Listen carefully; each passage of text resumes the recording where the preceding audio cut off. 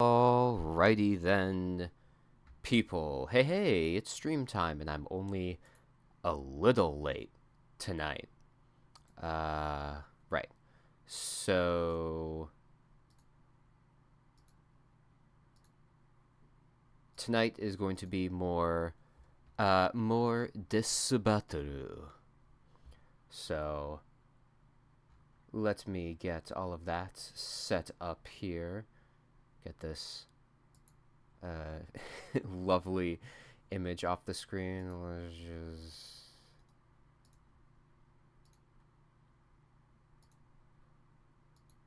Bing, bang, boom. There we go. And I'm gonna need to... Hold on. I should have done this before stream, but I did not because I am lazy.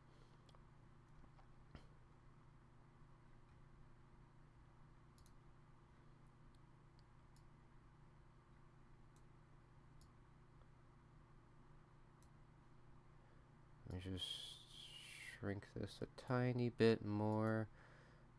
There we go. Okay.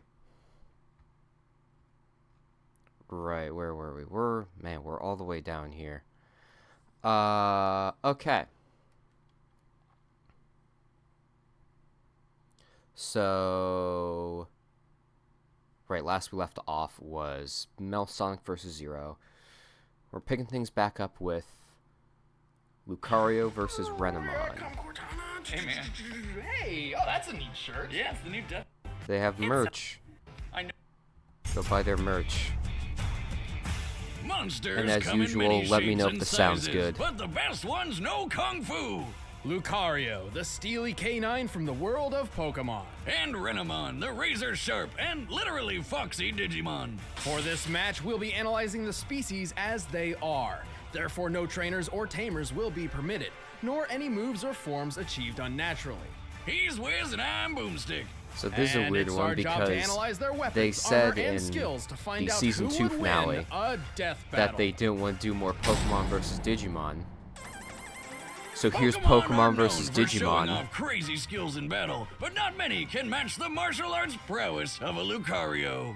The Lucario is a fighting and steel-type Pokemon well known for its fondness of combat. Standing at an average height of 3 feet and 11 inches, Lucario are usually found training high atop mountains, honing their fighting skills on a daily basis. Compared to other Pokemon, Lucario are very well-rounded offensive fighters, with high attack, great speed, and moderate defensive stats. Even though they tend to keep away from people, Lucario are actually extremely loyal to close friends and family. Some are so devoted to trainers, they even figured out how to talk with their minds. Why did you abandon the Queen? Telepathy. Wait, wouldn't it have to be a psychic type to do that? True. No, it just has to star in its own movie. Also true. Well, who wouldn't want to see a movie starring one of these guys? Lucario is awesome looking, especially those big spikes there. Perfect for a killer backhand. I suppose that may improve a Metal Claw attack, one of the many techniques in Lucario's intimidating arsenal. My favorite is Bone Rush. It doesn't just sound cool, it's when Lucario literally creates bone-shaped laser weapons out of thin air and then beats people down Why with does them. Lucario know this move? Impressive, yes, though the wild Lucario's most powerful physical move is close combat, a full-out offensive blitz at the expense of defense. And Lucario can use Dragon Pulse, aka it can shoot a giant energy beam from its mouth. It's like he's throwing up lasers. While Lucario does have a variety of more useful moves, such as Heal Pulse, Swords Dance, and Extreme Speed, all of which many other Pokemon have as well. Heal Pulse However, isn't useful, Lucario that only does heals your possess opponent. a unique trait, the ability to sense and manipulate aura. Aura Or is your a partner if spiritual it's a energy double described battle. as the essence of every living thing. A Lucario can harness its own aura to create brand new attacks. Like Aura Sphere, a projectile so powerful it can destroy stone bridges. But Aura has many other uses. By sensing the aura of those nearby, Lucario can predict incoming attacks, find hidden people, or even examine environments in a literal out-of-body experience. I guess it's sorta like Ki from Dragon Ball. Actually, this karate dog is really starting to remind me of someone. Lucario's Obligatory power is Goku something joke. to behold. A single Aura Sphere can even overcome attacks from legendary Pokemon. Physically, Lucario's strong enough to mangle the steel claws of a crane with a single smack. Talk about metal! Even more, it can move in short bursts of speed so fast it disappears. I should note that the fastest speed a human eye can perceive is approximately 9,000 miles per hour. And to top it off, Lucario can take a bunch of really bad blows back to back and still stand up. It can survive falling dozens of feet or explosions powerful enough to obliterate whole rooftops. Hey, that's how I remodel too. A typical Lucario can even survive some brutal beatings from Fire-type Pokemon like Blaziken and Magmar. This is impressive for two reasons.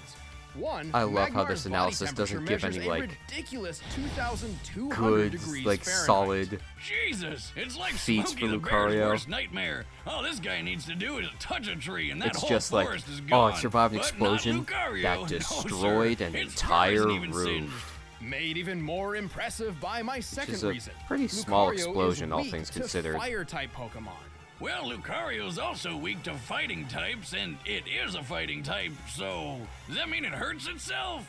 In a way, but nothing like that. Lucario aren't endurance fighters and yet often employ hyper-aggressive techniques, so they frequently overtax themselves in combat and even become confused when tracking too many auras.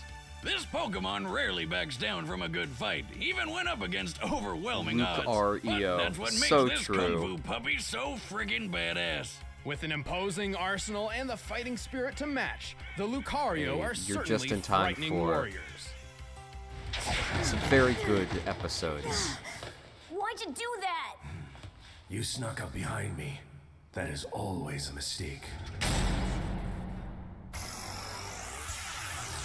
On the other side of reality, an alternate universe exists, a digital world full of wonders and monsters. And of the Digimon which inhabit that world, few are as respected as the mighty Renamon. Renamon are rookie Digimon, which basically means they're like digi-teenagers. So that explains why they're always so moody. Compared to other rookie-level Digimon, Renamon possesses exceptional speed and attack Renamon's stats always at the very expense big of for, fairly like, low a defense. rookie-level Digimon. Renamon's appearance resembles that of a Japanese yokai called the 6'2". Kitsune, a fox spirit. That thing's as These tall spirits as are me. often described as being very mischievous, which is ironic given that the typical Renamon is very stoic and earnest. Plus, some of them really don't care for humanity, and just think of them as a tool for their own evolution. Digivolution. Whatever. Still, Renamon are super smart and always keep their cool. In fact, it may be too cool. I don't like the look in its eyes, Wiz. It's like it thinks it's better than me. It is better than you, Boomstick. Not only is Renamon rational and composed, it always showcases exceptional prowess in battle, mainly relying on hand-to-hand combat. I mean, it does have, More like like, paw-to-paw combat. upgraded forms Aha! that are... It's got a wicked roundhouse I kick like that among joke several with other the dangerous martial arts Windows era. skills. But yeah, It it can does use have its upgrade amazing forms. speed to surprise Although those attack aren't its being enemies considered with for its this. swift strike. Then there's the super chop, which is an even swifter swift strike. There's also Rapid Kick and Spin Kick. Digimon may be effective fighters, but their attack names could sure use a little work. Oh, don't worry, we're getting to the good ones. Renamon can enhance its attacks Renamon. with an internal energy that makes ghost fire. This is likely Renamon embracing its yokai inspiration, as it's similar to the Yeah, see, folklore there's of a one of magical its light emitted by upgraded Kitsune forms. tales which lead wanderers astray. Okay, but this one is used to destroy just people. Super When a Ninetales. Renamon comes at you with a burning foot, it's using Power Paw, its strongest physical move. Some Renamon can even create ghost clones of themselves for additional strikes. But Renamon isn't just kicks and punches. Its signature attack is called Diamond Storm, which summons a furious gust of wind and a terrifying amount of razor-sharp... Diamonds? No, leaves. What? The one time they try a creative name and it totally doesn't make any sense. Who comes up with this shit? It would certainly make more sense to use diamonds, the hardest naturally occurring substance in the world. Wiz, why would you just throw away diamonds? If I were Renamon, I'd just scoop those puppies up and sell them to make bank. Do you know how many Bigfoot traps I could buy with that kind of money? I would definitely have caught that guy by now. But don't underestimate Renamon's Diamond Storm. It can shatter a wall of ice created by a champion-level Digimon, which is a higher, stronger rank than Renamon. The wall here appears to be about 8 inches thick. Assuming this ice is comparable to blue ice, the strongest, most compact form ice can naturally take, this could support approximately 6,000 pounds per square inch before cracking. So, Diamond Storm is basically hundreds of tiny little leaves hitting you like a truck with a bunch of razor blades stuck to its front. Pretty much. I just found my next truck upgrade. Moving on, some Renamon are also fast enough to effortlessly fool the human eye, consistently reaching speeds Can make over 9,000 good miles per bread. hour. That's what Pretty I'm damn fast talking for a about. fox. Get The that Renamon bread, who partnered Renamon. with Tamer Rika does this all the time. Ninja vanishing into thin air is like Yeah, her but preferred method of Lucario's getting weak around. to Not fighting only types, that, right? but a Renamon is just as capable of taking big hits without concern. That includes surviving a strike from Harpymon's Windseeker, a powerful blade of air which can easily cut through concrete. But Renamon does have its weaknesses. While it can hit hard and likes wearing opponents out, it doesn't really have any good tricks to help with defense. A sort of glass cannon fighting style, if you will, which seems to work well enough. Oh yeah, this is still one of the deadliest rookie-level Mons out there. All in all, Renamon is one stone-cold fox. I don't think that means what you think it means. Oh, come on, like anyone's gonna sexualize Oh, right. a Digimon. I forgot about this part. Oh my god, move it on! I must rely on the power within Amazing. me. Quality I am death alone battle. in this Quality. All right, the combatants are set. Let's end this debate once and for all. But first, all this talk of animals has made me want to eat some. Cool, it's made me want to skip your ad. Year shipping slash. Look at this Metroid Fusion environment.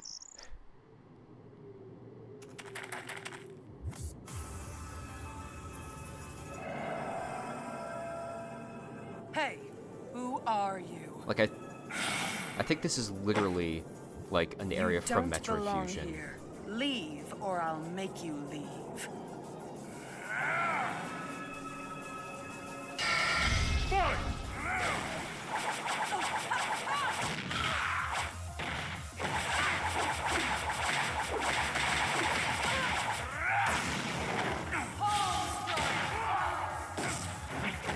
Raw.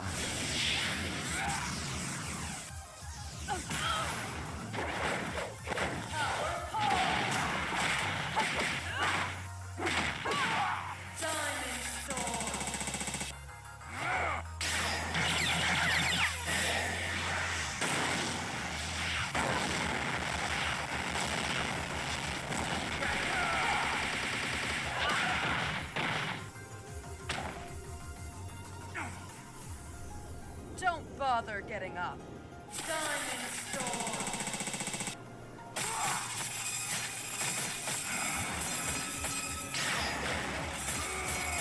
Lucario's taking a bunch of Are you damage. kidding me? That means it's at its strongest. Yeah, I do kind of like how the sprites are not super detailed. Also, ouch. Oh. Yeah, I like this Well, one. this version It's of the Fox and fights Hound short but ended up sweet. with a not so happy ending. Not without an extremely close battle, though. Lucario held a lot of advantages throughout the fight, but so did Renamon. While both combatants could move faster than Eyesight, Renamon did so far more consistently, whereas Lucario could only reach those speeds in short bursts. No big deal, though. Lucario wasn't totally outpaced, so his aura let him sense and predict Renamon's moves to make up for the lower speed. Especially Yeah, since exactly. Lucario's There's a much nice wider arsenal simplicity helped it to it. adapt as the fight went on, unlike Renamon's limited options. And while their durability was pretty similar, Lucario was the only one with self-healing and stat-boosting abilities. But most of all, Lucario was way more powerful. Lucario has the Lucario counter. broke Like, literally, these it metal knows claws counter. with a bone rush attack. They were likely made of construction-grade steel, which means in order to fracture it, Lucario must have hit with a force Lucario's of at putting all least those barcodes on him. 56,000 pounds per square inch. Comparing this to Renamon's 6,000 psi for Oh. breaking an ice wall paints a very clear difference. And as a glass cannon, it's unlikely Renamon could have dragged the fight out until Lucario became overexerted. Ultimately, it was a well-matched battle, but Lucario's superior strength and arsenal gave a much-needed edge. Renamon got Lucario-owned. The winner is Lucario. Hey, don't go away. We're about to reveal the fighters for the next episode of see Death you Battle. next Want to see time. behind the scenes commentary on this one? Then just click that box and sign up for our first membership trial.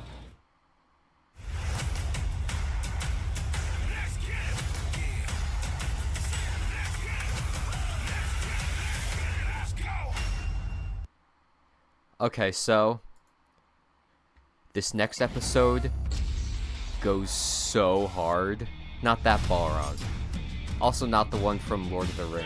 Thousands of years ago, one Greek guy punched another Greek guy, and then they just turned it into a sport. Indeed, boxing is one of Balrog the oldest versus Olympic Balrog. sports and has Balrog since been Battle refined and Royale. perfected over nearly 3,000 years. And today we're pitting two of gaming's Also, as toughest usual, let me know boxers how the sound head-to-head. is. Balrog, It seems a the little crazy quiet for buffalo me, but from I'm not Street sure Fighter. how it's coming and over. TJ Combo, the hard-hitting champ from Killer Instinct. He's Wiz and I'm Boomstick. And it's our job to analyze their weapons, armor, and skills to find out who would win a Slightly death quiet. battle. Boxer, gambler, Alright. cheater. That should be a Heavyweight bit champ better. Balrog has been called many things. Merciful was never one of them. Hard to blame him given his rough upbringing. Born and raised in a ghetto neighborhood, the young brawler-to-be had one goal: to leave his poor family Look at his and hair. chase that sweet, sweet American dream. You know, the boozing, gambling, and womanizing kind of dream. Uproot at heart, Balrog learned early Look how on ripped he had that a gift for child buffing others is. up. Oh my A goodness. gift which he soon turned into a professional boxing career. Does that really surprise anyone, though? I mean, look at the guy. His skin can barely even contain his own muscles. At 6'4" and 298 pounds, Balrog is a monster. Compared to real-life boxers, Balrog would be the second largest heavyweight champion in the entire Holy history of shit. the sport. Talk about a beast. He makes good use of that size and strength as he specializes in slugger-style boxing. Out of the four generally accepted styles of boxing, sluggers are the most straightforward. They sacrifice mobility and finesse in favor of unwavering perseverance and terrifying brute force. And Balrog embodies this style to a T. The car. Sluggers are great at We gotta taking have the lots Street of hits Fighter without car. going down, and then KOing their opponents with just a couple big punches. In Balrog's case, his dashing It's Street punches Fighter let the him come movie, in the swinging. game. His spruce The best uppercut one. is so brutal, it can power through other attacks. But Balrog's strength really shines with his famous gigaton blow. They are the or with his showbiz of incredibly boxing. deadly turn punch. If he's able to hit anything with it, that is. The longer he tenses his arm up for, the more powerful the move gets. Oh. While all these moves are fair game in the rules of boxing, fairness is the last thing Balrog cares about. Damn, this freaking guy is crazy. I mean, really, look at those eyes. That's the same look old Grandpappy Boomstick had every time he came home with some fresh poultry dinner. Till the damn chickens got him. Unfortunately, his victory was short-lived. When he returned to the ring, he ended up killing his opponent. With his Oh career my God. ruined, Balrog returned to the life of gambling, Lore, booze, yes. and women. He You'll got to kill you'll a see guy the and development drink of all the day? Talk about of the living Wiz and life. Boomstick But Weird lore wasn't over the done course of this flexing his series. fighting It's very skills. He fascinating. joined the crime syndicate Shadaloo and basically punched his way up to become its founder's right-hand man. And who wouldn't want somebody as rough and tough as Balrog at their side? Especially since he's so strong, he once killed an elephant with just one punch. See this one? His name's Kodal. Balrog killed his best friend. Good friggin' elephants had it coming for years. Never shut up. And someone always loses on Dawson's stage. Elephants commonly use their skulls to knock down trees, meaning they can withstand a force This is of at such a least 10,000 cool feat, pounds. and it's one that The they use strongest punch ever a lot recorded to comes from scale heavyweight Street champ Fighter Frank characters. Bruno, with a force of 1,420 pounds. Oh a my dangerous God. amount of strength to be sure, but still only 1/7 of Balrog's That's a potential. good picture of Balrog him. wouldn't be a true slugger if he couldn't take a beating. He battled the sumo wrestler E. Honda, and the two fell off a cliff, and they both survived. We know this fight takes place in Thailand and on a cliff overlooking a river. This area is very similar to the northern Kwai Yai River, which can be more than 300 feet wide. By comparing that to the width of the river as seen here, we can estimate the cliff to be 1,272 feet high. Man, look at that Balrog math. may have the raw power of a slugger. He's got all the downsides that come with it too. A smart enough opponent could potentially predict and counter his attacks. This is how he lost to other Street Fighters like Dudley and Alex. Yeah, he's not the brightest shed in the tool, if you know what I mean. Tool in the shed. You're a tool. After Shadaloo's head honcho was defeated, Balrog got a promotion and ran the whole crime syndicate himself, until he ran the whole organization into the ground. Probably a few too many blows to the head. But hey, we're not here to test his management skills. Balrog's been out of the ring for years, but today he's here to show he's still got what it takes to win. At the end of the day, you gotta respect the crazy buffalo. Look at him go. I can almost smell the money now. If I can pull this off, I'll be on Easy Street forever. Standing 6'1" and weighing 220 pounds, TJ Combo is the definition of a champion. But he didn't start out that way. Born to a poor family on the Texas This is coast, a more Tyler reasonably Johnson Garrett statured was in for a man. rough road to fame and glory. TJ didn't have much, but he did have boxing. TJ's dad trained him to box, and he joined a junior league when he was 12 years old, where he promptly lost. But TJ instead of learning Combo. from his mistakes and trying again the next year, TJ replaced the padding in his glove with a roll of quarters and got his revenge with one savage blow. If he learned anything that day, it was only how good it felt to win. Well, the junior league didn't exactly agree, so they kicked him out. For the rest of his childhood, he was in and out of trouble. But unwilling to give up, TJ eventually took what little he owned to start a new life at a boxing gym in Chicago. As a janitor. Hey, you gotta start somewhere. Yo, check this out. That's a cute little animation they have. TJ's love for boxing never died. Every dollar he earned was spent on boxing lessons. Every spare minute studying legends like Mike Tyson and Muhammad Ali.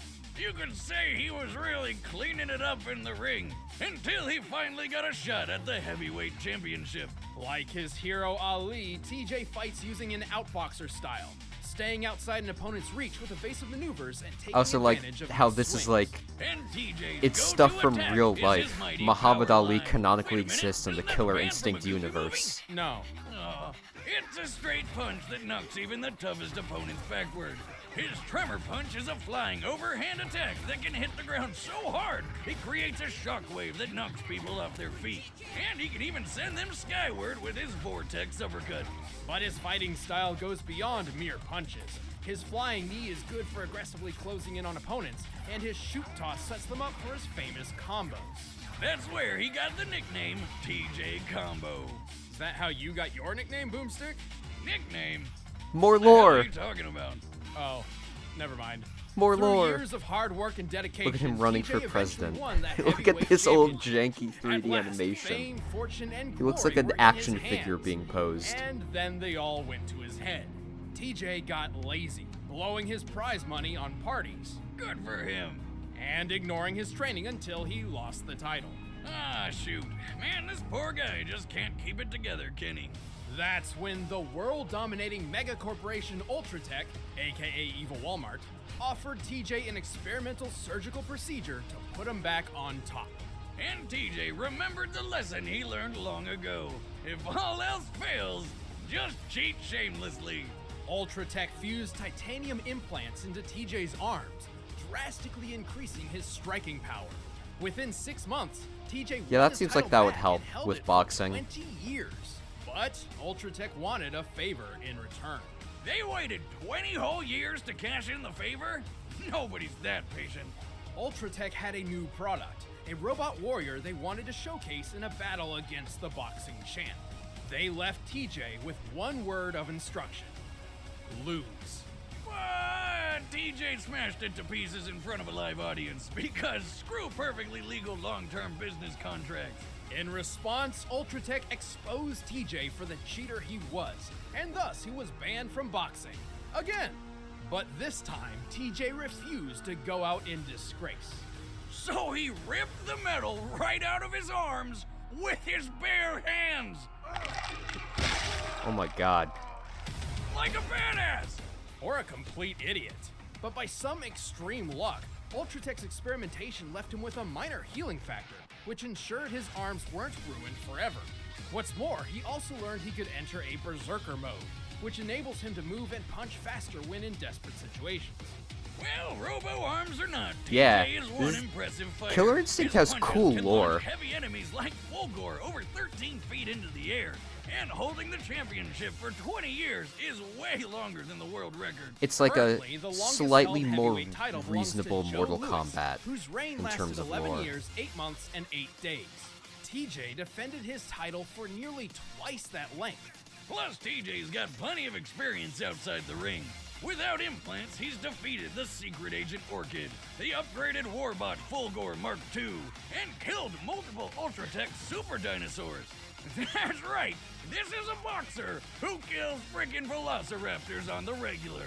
And he's obviously very resilient to pain, like when he survived jumping out of an Ultratech skyscraper. Based on the amount of time it takes other unfortunate visitors to fall from the top floor, this building must be 1,162 feet tall. But we all know this boxing champ never had a perfect record. He lost fights to Glacius the Ice Alien, and twice was outmatched by squads of Ultratech super soldiers. Also, while TJ's outboxer style is quick and resilient, it can be overwhelmed by an aggressive enough opponent. If he gets overconfident, he's sure to lose an important fight sooner rather than later. But since being outed, he's determined to prove his skill is all natural. It's gonna take a lot to bring down a champion like TJ Combo. And don't think for a moment that I'll let anything get in my way. Because if you give me that moment, I win. All right, the combatants are set. All right. Let's end this debate Fight once time. and for all. Or But rather, first, it wouldn't be a ad boxing match time. without some food to go along. So here's how you get your hands on some.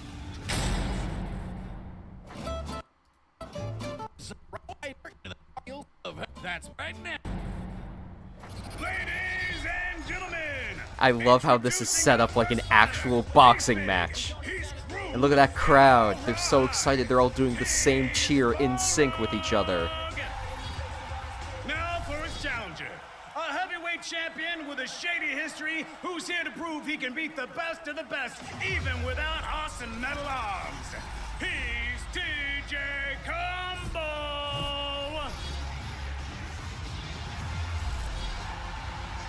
Yeah, the Blue Apron sponsor. You won't even make it to round 2, wimp. Here we go! And The models clash a little bit. Ballrock starts strong and ferocious. Better stay out of his way, TJ.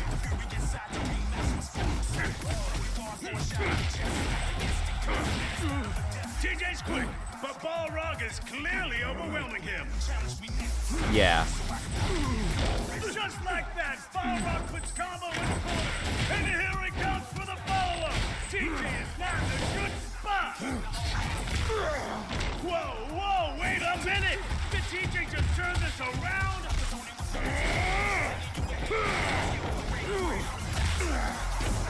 Incredible! Out of nowhere, Balrog's the first to fall. Annoying bastard. I'll break you like a rag doll. That's the bell, ending round 1. End of round 1. It's an actual boxing match. But I'd say TJ proved he can give as good as he gets. Moving into round 2. The ref has incredible sensory perception. Also, he may not be wearing pants. I'm not sure.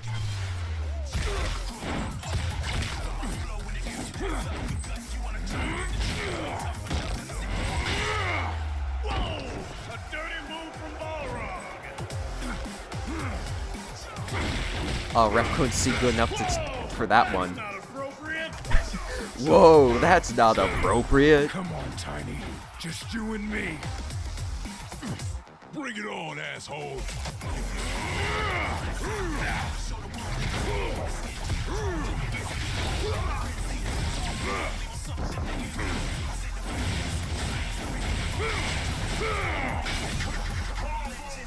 They won't stop. How long can this go?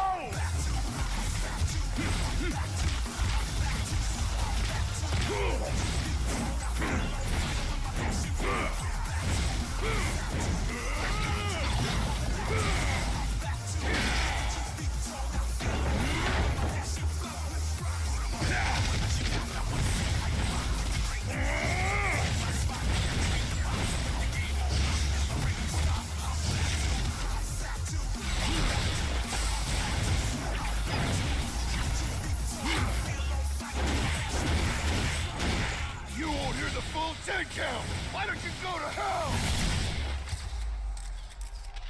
I can't believe it. so good. It's so good.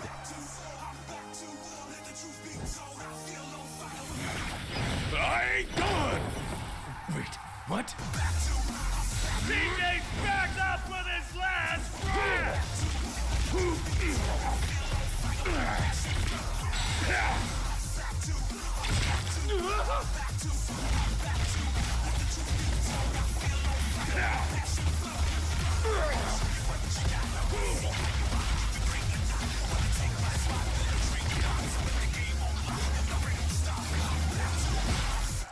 Holy chopping giblets! TJ combo! I hope the bitrate can keep up with that. Absolutely brutal fashion. Excuse me, I've got to hurl. Excuse me, I'm gonna hurl. Oh, it's just like Rock'em Sock'em Robots. Only. But yeah, that fight's awesome. Getting reattached. This was an extremely close The ending's bout. In fact, both fighters like were evenly brutal, matched in but a lot of still unexpected ways. like just restrained Slugger, enough to where I Balrog like was it. obviously used to having the strength advantage, but DJ actually had him matched. Recall how Balrog's punch killed an elephant whose skull could Yeah, withstand I 10,000 love how pounds it's of like force, it's or like an actual boxing match, how it's like 4,400 set up In and how comparison, TJ's how they're vortex punch analyzing is it as capable well. of hitting opponents at a minimum of 13.4 feet into the air, even if they weigh as much as 550 pounds like Fulgor. To launch something that heavy with just a punch would require 44,820 Also, force. Dang, that's close, and that's not It's even TJ's super strongest punch. close. Even their ability to take hits were pretty similar, like Balrog falling off of the cliff or TJ jumping out of the Ultratech skyscraper, both of which were at similar heights.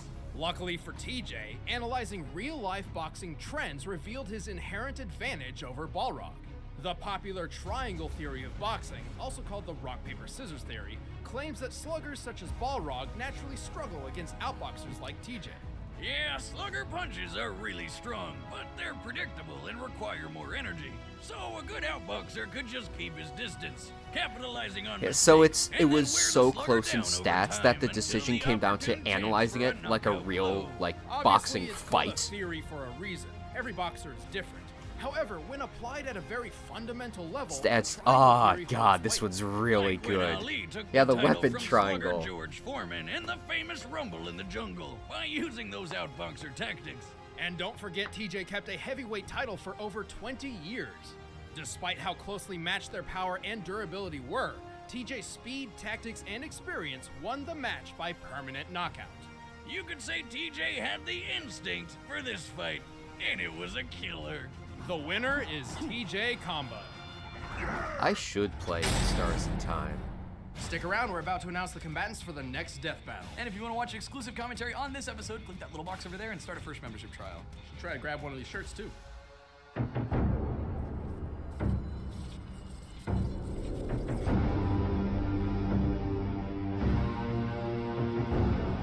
Next is Shredder versus the Silver Samurai, which is an interesting matchup. One that you might think like, oh, I don't know, like, is this like a Hundreds of popular years ago, matchup? The samurai and the ninja battled across How would Japan, actual cave story and Balrog these two do? fascinating ways of combat have been at odds ever since. I don't know what The like Shredder, what the feats sharp and does he shiny have? arch-villain of the Ninja Turtles. He's just like a big And lunchbox. Silver Samurai, the mutant swordsman who can Also, slice this through episode is also anything. very good. He's with an iron boomstick. And it's our job to analyze their weapons, armor, and skills to find out who would win He a can death jump and battle. shoot missiles. Beneath the streets of New That York is City, pretty a neat. secret battle wages between 4 humanoid turtles and a ninja covered man, in Kim would blades love known this. as the Shredder. He has a Continue, Denzel. command grab. Many legends surround Like, the in an Shredder's actual origins. fight, that would just Some be say called he's a the grab. reincarnation of an ancient Japanese warrior. Some say he's an alien disguised as a man, and some Huzzah. say he's a bumbling idiot who sounds like Uncle Phil. But I don't want to conquer this place. I want to conquer Earth. Either way, every legend agrees on one thing. He's an absolute badass. Before he was called the Shredder, he was Oroku Saki, a member of the Japanese ninjutsu Foot Clan. Foot. He trained alongside his rival, Hamato Yoshi. They weren't just rivals in martial arts, but in the search for love as well. They both pined for the lovely lady Tang Shen, But unfortunately for our future Shredder, she only had eyes for Yoshi. Amano Yoshi, not the dinosaur, that'd be weird. Jealous, Orokusaki attacked Yoshi, but in his rage, accidentally struck down Tang Shen. Leaving Yoshi and his beloved for dead, Saki took over the Foot Clan and began a worldwide crime spree under his new name. Now you face the Shredder. You know, I wondered, did he mean to name himself after a cheese grater? Speaking of which, if his armor didn't make it obvious enough, Shredder's got a weird spike fetish. This guy's got him all over his legs, arms, shoulders, even his head.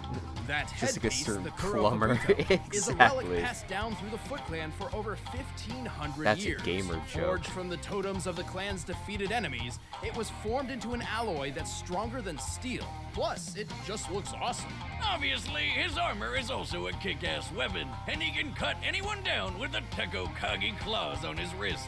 Which literally translates to back of the hand hooks. Perfect for backhanding. It doesn't cover all that much, but he needs freedom of movement because, you know, he's a ninja. Plus, would you want to get anywhere near a guy covered in razors? Yeah, I don't think so. Ninjutsu is comprised of 18 separate disciplines, and Shredder is a master of all of them. This includes stealth, espionage, ride a pyrotechnics, horse? horsemanship, and plenty of weaponry. Horse Yeah, riding. like swords, spears, bow staves, and throwing weapons. But it's not Does like he ever he do needs that them in anyway. TMNT? He's skilled in unarmed Ride a combat horse? too.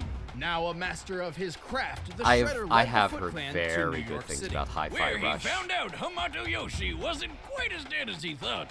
As a matter of fact, Yoshi had transformed into a rat person and was raising 4 adolescent genetically altered shinobi terrapins. But that's another story altogether. With his hatred reinvigorated, the Shredder swore to end his lifelong enemy once and for all. Every time Shredder fought these Ninja Turtles, he proved why he's the leader of the Foot Clan. I mean, he's strong enough to tear through steel shipping containers with his claws, chop down trees in one sword swing, once and touched throw around lava. mutants several times his size like they're nothing. One such mutant, Leatherhead, weighs well over 300 pounds. Alright, I know that's the official weight according to some toy, but look at him! Compared to the Turtles, he This should weigh guy half a weighs ton. Either way, the 300 Shredder survived pounds. Leatherhead chomping down on his midsection. The femur, the strongest bone in the human body, breaks at a pressure of about 1,700 pounds per square inch. A normal, unmutated American alligator can bite with a force of nearly 3,000 psi. And Leatherhead's bite is surely stronger. Meaning Shredder should have split in half. But nope, he was back up kicking some leather butt literally 5 seconds later. The Shredder is a cunning strategist and talented warrior. He's fought 8 mutants in combat all at once, disarming every single one of them. What's more, while intimidating an Italian mob boss and his bodyguards, he did this.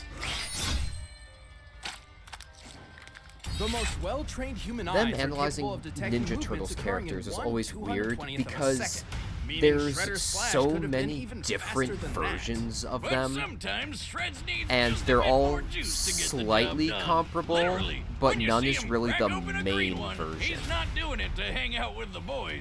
In times of desperation, Shredder So is they known always to kind of resort have to risking it all by composite them, consuming sort of. mutagen. Transforming him into Super Shredder. He must have drank all of it. It's a super shredder! While this form has given him different enhancements in different iterations, it usually grants him immense strength, inhuman durability, and even teleportation and the power to shoot lightning. You know, that's probably because mutagen's not an exact science and it's bound to get random at times. That's true, Boomstick. I did a science! Shred. Good job. Well, he's toughed out a sword shattering against his skin and even falling around 1,000 feet onto a steel beam. Man, you'd think this guy would never lose anything, ever. But you'd also be super wrong. Shredder has his fair share of downsides. This includes a weakness to garbage trucks, Oops. newborn infants, Babies! I mean, if I've power seen of all the music. stuff, a strange if I've seen fascination all the with eating stuff his that enemies, the Statue of Liberty's seen, I'd probably also give up. and would. Jeez, were the 90s always this stupid? Yeah. Thankfully, despite his failures, the Shredder keeps getting back up, faster, stronger, and much more terrifying. The true battle starts now. In feudal Japan, a samurai wasn't your typical bodyguard. He was trained in the art of war and would only serve the elite upper class. Art of War by Honor Sun was the Tzu in samurai's bookstores currency. now. But for the Silver Samurai, Kenoichiro Harada, currency was just regular money, because that shit's useful. Born into the Yashida clan, Harada was the son of a powerful Yakuza crime lord. Unfortunately, he could never inherit his father's empire for himself, because he was born illegitimately. A bastard. Wow, wait, no need to 6'6". throw insults around, Jeez, Wiz. this guy's The big. literal definition of Move on. Wiz's judgment aside, without a clear future, Harada decided to, well, become a samurai, because why not? They're pretty cool, right? Unfortunately, the way of the samurai no longer had a place in the present. Harada knew that in a world full of absurd superpowers, he would need to dedicate his life to the art in a way never seen before. He wouldn't just be a samurai, he'd be a silver samurai. Yep. Well, blinged out like Exhibit's rims, he picked up on a few fighting styles. Not too many, just Bajutsu, the art of horseback, Bujutsu, Again with the horse. military strategy, Eijutsu, The only thing that would make sword-based this quick fight draw, better is if they had, Taijutsu, like, knife fighting, horse versus Ninjutsu horse being combat. sneaky, Kyujutsu, which is archery, and, well, Jujutsu and Karate-Do, which are both forms of unarmed combat. God, how many more jutsus do you think he can fit in his brain? I didn't even know there were that many. At least one more, Kenjutsu, the art of Japanese sword fighting. After all, what's a samurai without a katana at his side? Dead, that's what. In order to keep living, he had to get really good with swinging that sword. Luckily for Harada, he soon learned he had This one is of the those evil absurd magistrate. superpowers for himself. Yep, he's a mutant. Now who's being insensitive? Harada has the ability to generate a tachyon field. With it, he can enhance his sword, Oh yeah, allowing it to slice silver through is almost better anything. than... Well, Even ghosts. In steel real would life, be better tachyonic for, like, fields are actual hypothetical cutting. particles with mass, which travel faster than light.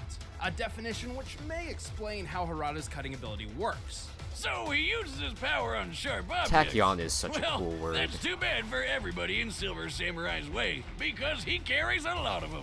He's got throwing knives and shuriken ninja stars Number on hand for 107, long-range attacks. Galaxy And Eyes of course, he Tachyon always carries Dragon. that katana. He's wielded many different swords, including the legendary Muramasa blade. However, he's not too picky about what kind of sword he carries. With his power, any blade Harada carries instantly becomes one of the most dangerous swords on the planet. Harada has one more trick up his sleeve, a teleportation ring. With it, he can warp around the battlefield for unexpected strikes, and it makes for a good getaway. Though he almost lost it once to John Belushi. You know, the guy from Saturday Night Live? Jocelyn told me about it once. It was weird. After years of You hard don't really work, have to Harada know was what it truly means, a masterful warrior. but it makes anything sound However, he cool. still struggled to defeat one Put opponent. the word tachyon in your Wolverine. game Who somewhere. killed his dad It'd be and got fun. engaged to his sister. Ah, the shame combo. Oh, and she was next in line to rule the Yashida clan. Man, a triple. Needless to say, a little miffed, Harada challenged his own sister for the right to run the clan. And he won! After she was poisoned by an unrelated third party. Sometimes life just works out, Wiz. I guess a win's a win, and that wouldn't be his last one. He's incredibly deadly in battle. He's so fast he deflects bullets with his sword, and once even sliced a speeding bullet completely in half. In this instance, the gunman was standing 15 feet away when he fired the bullet at approximately 1,400 feet per second. This means that Silver Samurai was able to reach for his sword and accurately cleave the bullet in two in just over 1/100th of a second. Even if he didn't chop it in half, his armor is totally bulletproof. Shoot, it even let him survive a friggin' building falling on top of him. But without his armor, he survived taking a sword straight through the lung and getting run over by a car from the f***ing Jetsons. What? He's no slouch on the battlefield either. He's knocked Spider-Man I unconscious, love stupid shaken off comic hits book from stuff. Cannonball, and even defeated Spider-Woman in combat. At one point, he was dogpiled by Daredevil, She-Devil, along with a cheetah and a panther, together likely weighing over 600 pounds in total. And he threw them all off in one big push. And he's always fighting with his #1 rival, Wolverine. I don't even know who half Speaking these of which, while superheroes some are. may I'm sure boast this that is Harada impressive. is the greatest swordsman in the world, Wolverine's frequently proven to be his better. Yeah, he may be good with his blade, but his battle strategy isn't quite as sharp. Also, his bulletproof armor doesn't cover everything, as seen here. Ooh. Well, even that was merciful compared to what happened when he went up against the 4 black samurai. Although Harada defeated them all against impossible odds, he ultimately succumbed to his wounds. And when he arrived in Hell, Harada met the devil, who promptly killed him again by cutting off his head and smashing his corpse into mush with a soul-destroying sword the size of a school bus. Damn! Never let it be said the Silver Samurai isn't hardcore. Last chance, Harada. Yield. The Silver Samurai yields to no man. All right, the combatants are set. Let's end this Oh, but you debate know what once time and it for is. all. The moment we've all been waiting All for. this talk of slicing and The dicing blue has got me apron thinking ad. about Let's a blue go. apron meal. Like, it Apron doc. took me apron.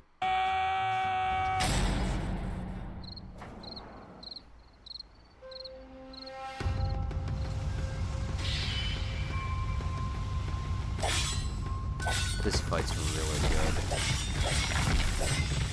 Shredder. Ah, still doing that bit, are we?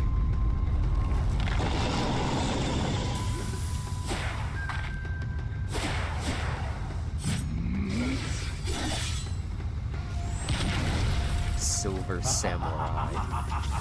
You are no match for the Shredder.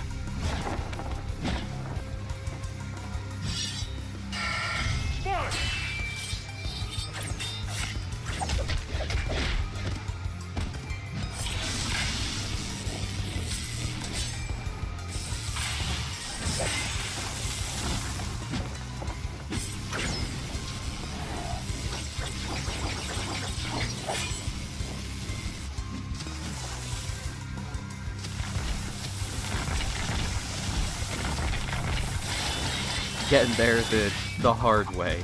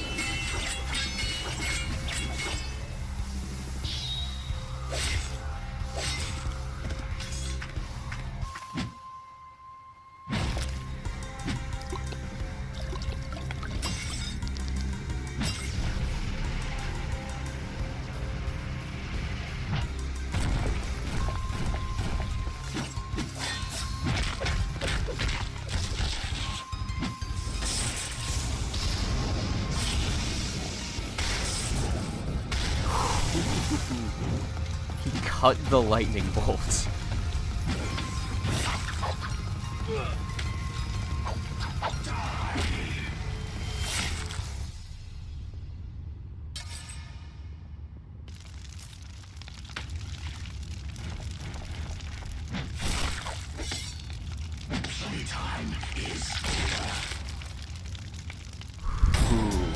Yeah, that fight's really good. I bet Shredder would go far if he took up Dark. Yeah, it's Both Shredder and Silver pretty Samurai were short, incredibly all tough, things considered, capable but of it's withstanding so tremendous amounts of well pain. paced and like Harada's just armor may have been fast tougher, but it had plenty of that it works exposed weak really points well. which a fighter as precise as Shredder could exploit. Also, yeah, the Silver ending's Samurai the could ending's throw very around very 600 pounds brutal. off people and cats, which is technically stronger But than like anything for a character Shredder's like done. But Shredder, Shredheads handle equally mighty I mutants can plenty accept of him like times, crushing someone's like head. Leatherhead.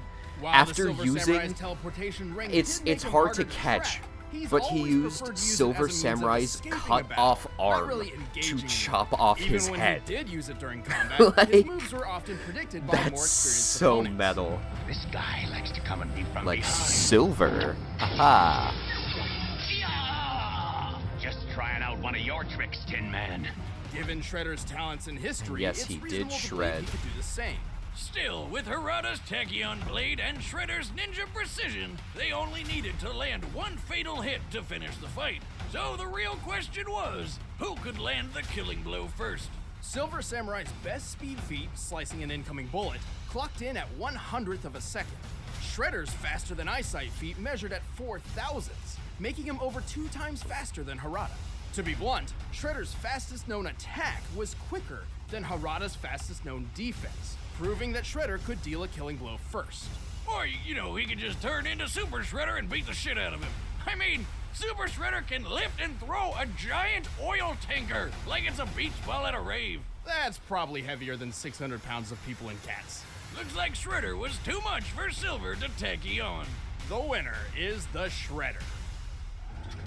Yeah, that episode's Stick really around, we're good. about to One announce of their the combatants best for like the next sprite death animations. And if you want to watch exclusive commentary on this episode, click that little box over there and start a first membership trial.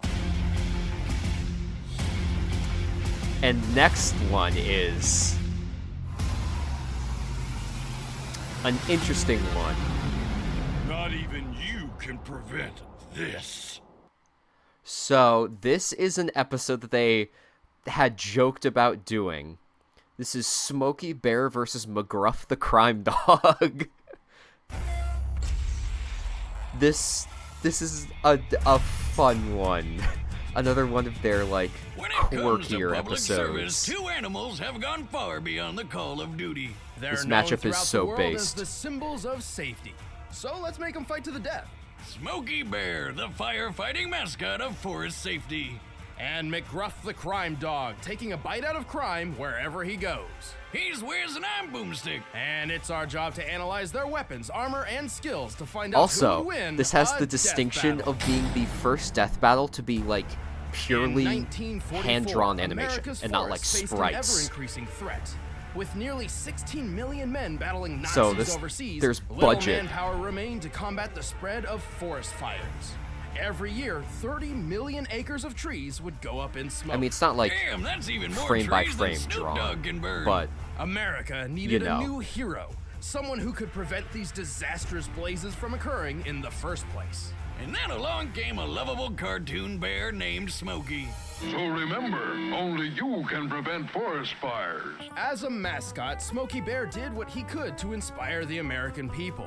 He even partnered with They just Bambi take this to right teach from the their ways fighting of fire games. safety. However, Smokey Yeah. was still I- merely a dream. I wonder a if figment of anyone's imagination, made like until Mugen one fighters fateful for day either in of the these Capitan two. Mountains of New Mexico. What do you know? A forest fire broke out. The mountain trees were annihilated in a blaze so intense the 30 firefighters called to action were almost incinerated. Thousands of forest critters either fled or died. All but one. Atop a smoldering tree clung a lone survivor, a small black bear cub. His paws burnt, his family lost to the flames. So after firefighters rescued him, there was only one name that fit. Smokey. Yeah, Well, maybe. first they named him Hotfoot Teddy, but they couldn't waste such a great PR opportunity. Adopted This into the doesn't National seem, Zoo at Washington, D.C., young Smokey became ethical. the living symbol of fire prevention. They Like, even that's a made an animated bear. short of his new official origin story, and it's pretty horrifying, actually. The public God. adored young Smokey. He received so much fan mail, he had to get his own zip code. And since Whoa. then, Smokey has successfully helped prevent forest fires and promote fire safety for Is over that 70 like a years. compliment or an And insult? boy, oh Having boy, your own has he zip done a code. good job. That's Drown your campfires with water. Make sure it's totally That's like one of those like Then Yo Mama stir and jokes, like drown Yo Mama's so again. fat she has Indeed, her own in zip just code. the first 20 years, annual forest fire damage dropped over 80%. Yeah, thanks to Smokey's advice, I've never started a forest fire in my entire life. I don't believe that. To my knowledge, I mean, I've had plenty of opportunities. Well, I'm impressed. I didn't think you took anybody's advice so seriously.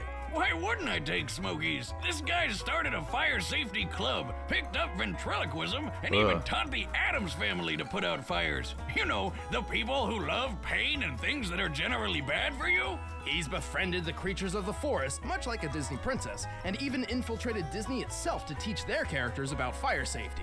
Also, unlike most mascots infiltrated at the time, Disney. he successfully protected his dignity through the toughest social experience in recent history, the 90s. Respect the forest. Protect our trees. Oh, what I do.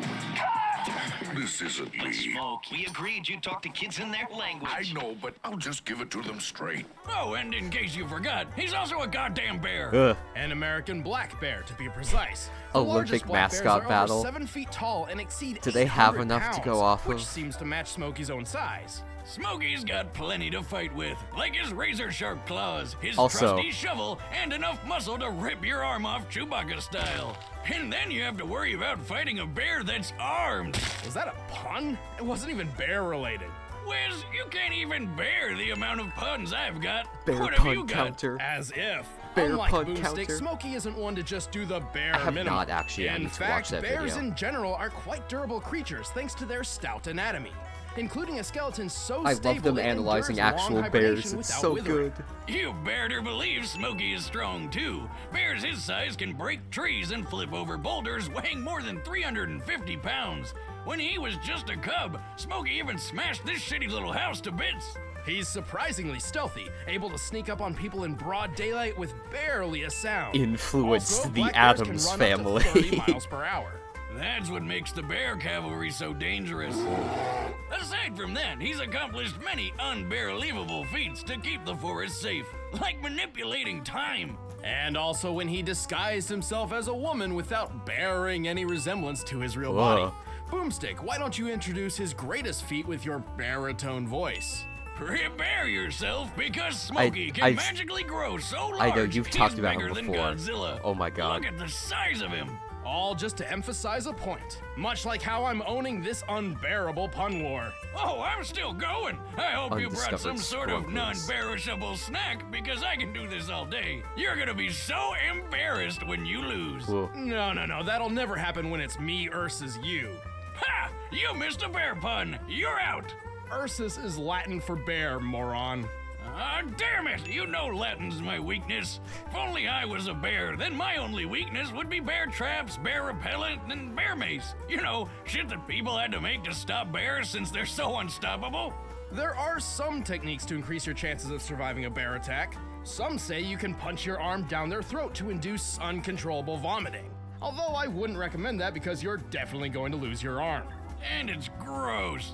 Honestly, all you can really do is make yourself look as large and intimidating as possible.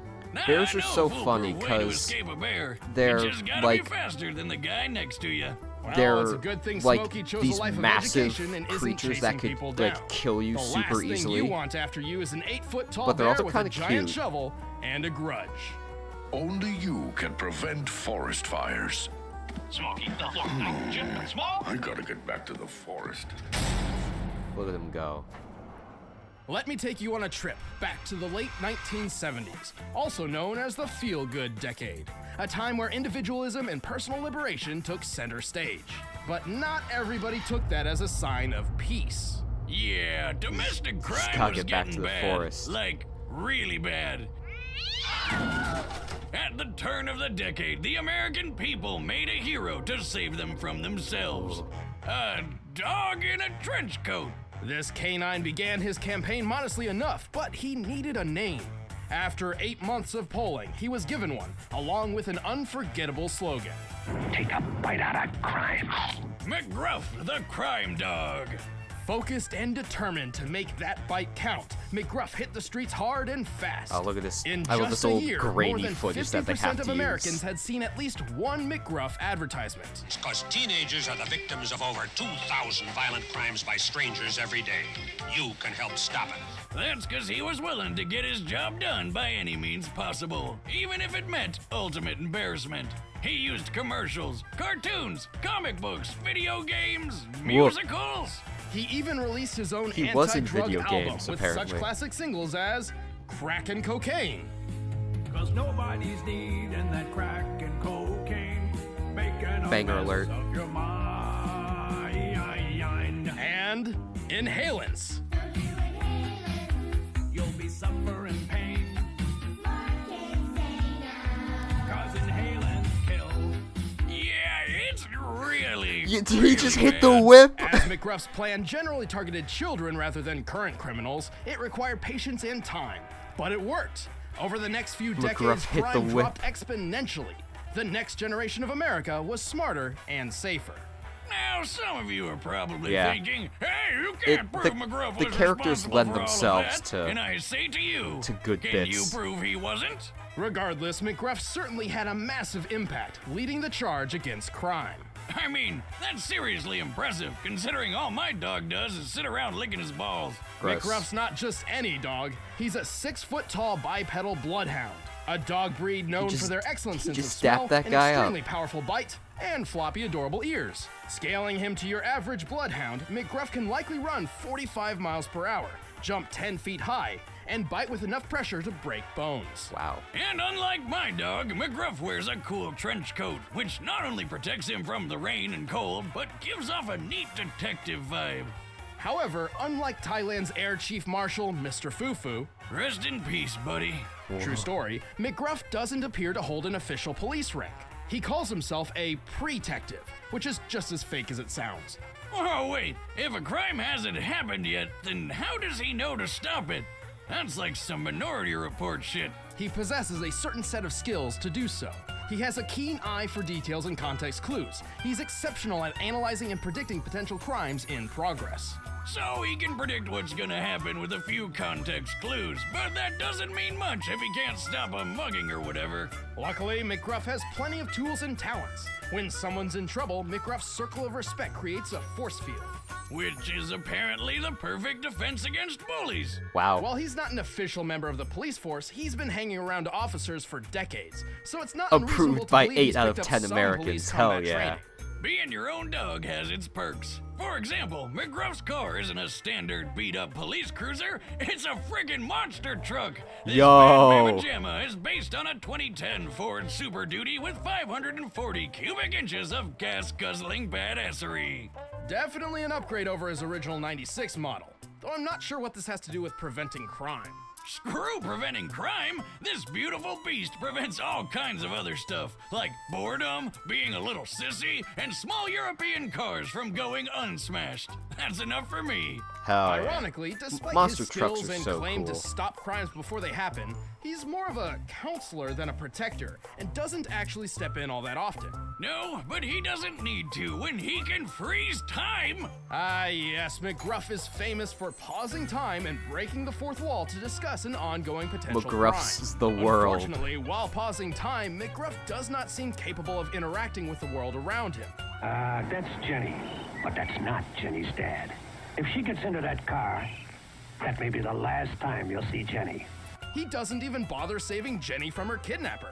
Which means he was right. That was the last time we saw Jenny. Oh my god. Still, McGruff's campaign has been wildly victorious. It's safe to say he succeeded in taking a bite out of crime. Oh my god, we didn't even mention the reality flipping switch he has in his office. What the hell is up with that thing? I'm McGruff the crime dog, and I'm here to help take a bite out of crime. He has a switch in his office that All right, the alters combatants reality. are set. Let's end this debate once and for all. So much But first, more. I've got a public service announcement for you. It's about food. And from obstructions are And now a rest Blue free Apron meal ad. of- How That's right. informative. Anyway.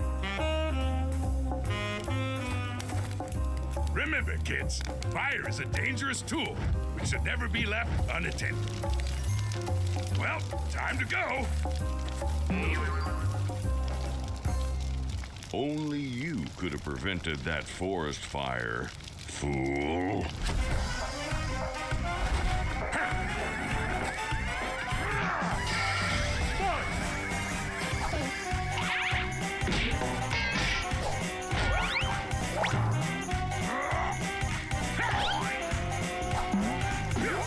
Yeah. It's got a nice, like, PBS Kids art style. Learn to respect your surroundings. I'll show you respect.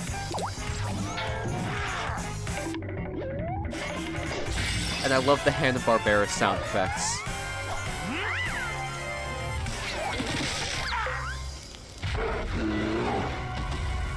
Oh no, he's gone feral. Remember, kids, if you're about to be mauled by a bear,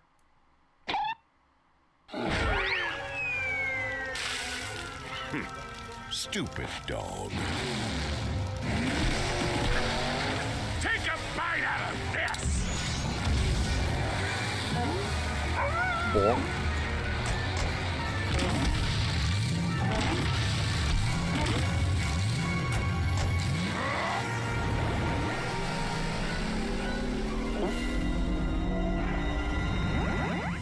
Not even you can prevent this!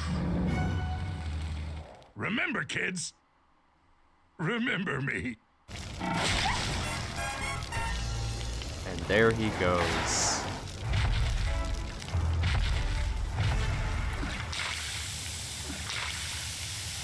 Yeah, I don't think he was beating a Looks like McGruff had a dozen rough story time tall out there. Smokey black was bear. clearly the stronger combatant, thanks to being a giant bear, really. McGruff wasn't totally outclassed. His greater speed and smaller size made the battle quite tedious for Smokey. But that's about it. Yeah, he couldn't No, this compete is a with fun Smokey one. in anything else. It's like my grandpappy always Like, said. there's "Why have not a guard much dog when you can be a guard happens bear?" in the But what animation, truly but mattered it's in this battle cute. were their unique abilities. It's funny. And in that, McGruff didn't stand a chance. When McGruff paused time, he couldn't affect the world around him, while Smokey has shown that he can. And really, what are you gonna do against a I never bear thought that that can grow one to of the size of deciding a mountain? factors would be So, that bear beats Smokey dog, has Smokey's better powers are time superior, and manipulation ultimately Smokey had far powers. more options to take McGruff down for good. Smokey was just more than McGruff could bear. Ha-ha! One last bear pun. Suck it, Wiz. The winner is Smokey Bear.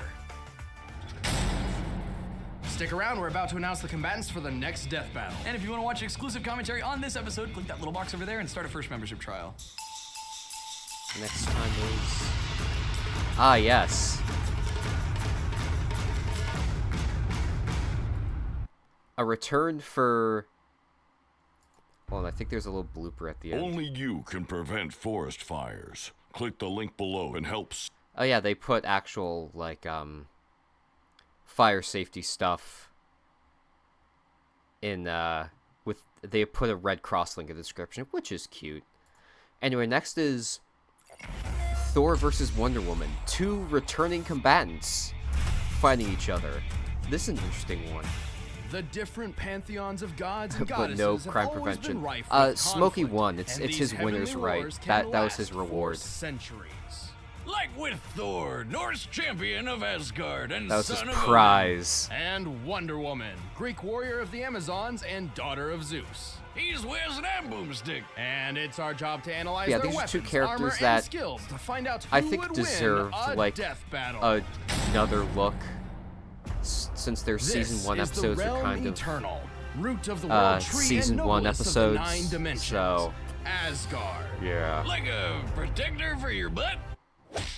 Shush. Asgard. Since ancient times, this colorful realm has been inhabited by warriors so Smokey powerful, Bear, many Nick believe Ruff, them the to be crime immortal dog. deities.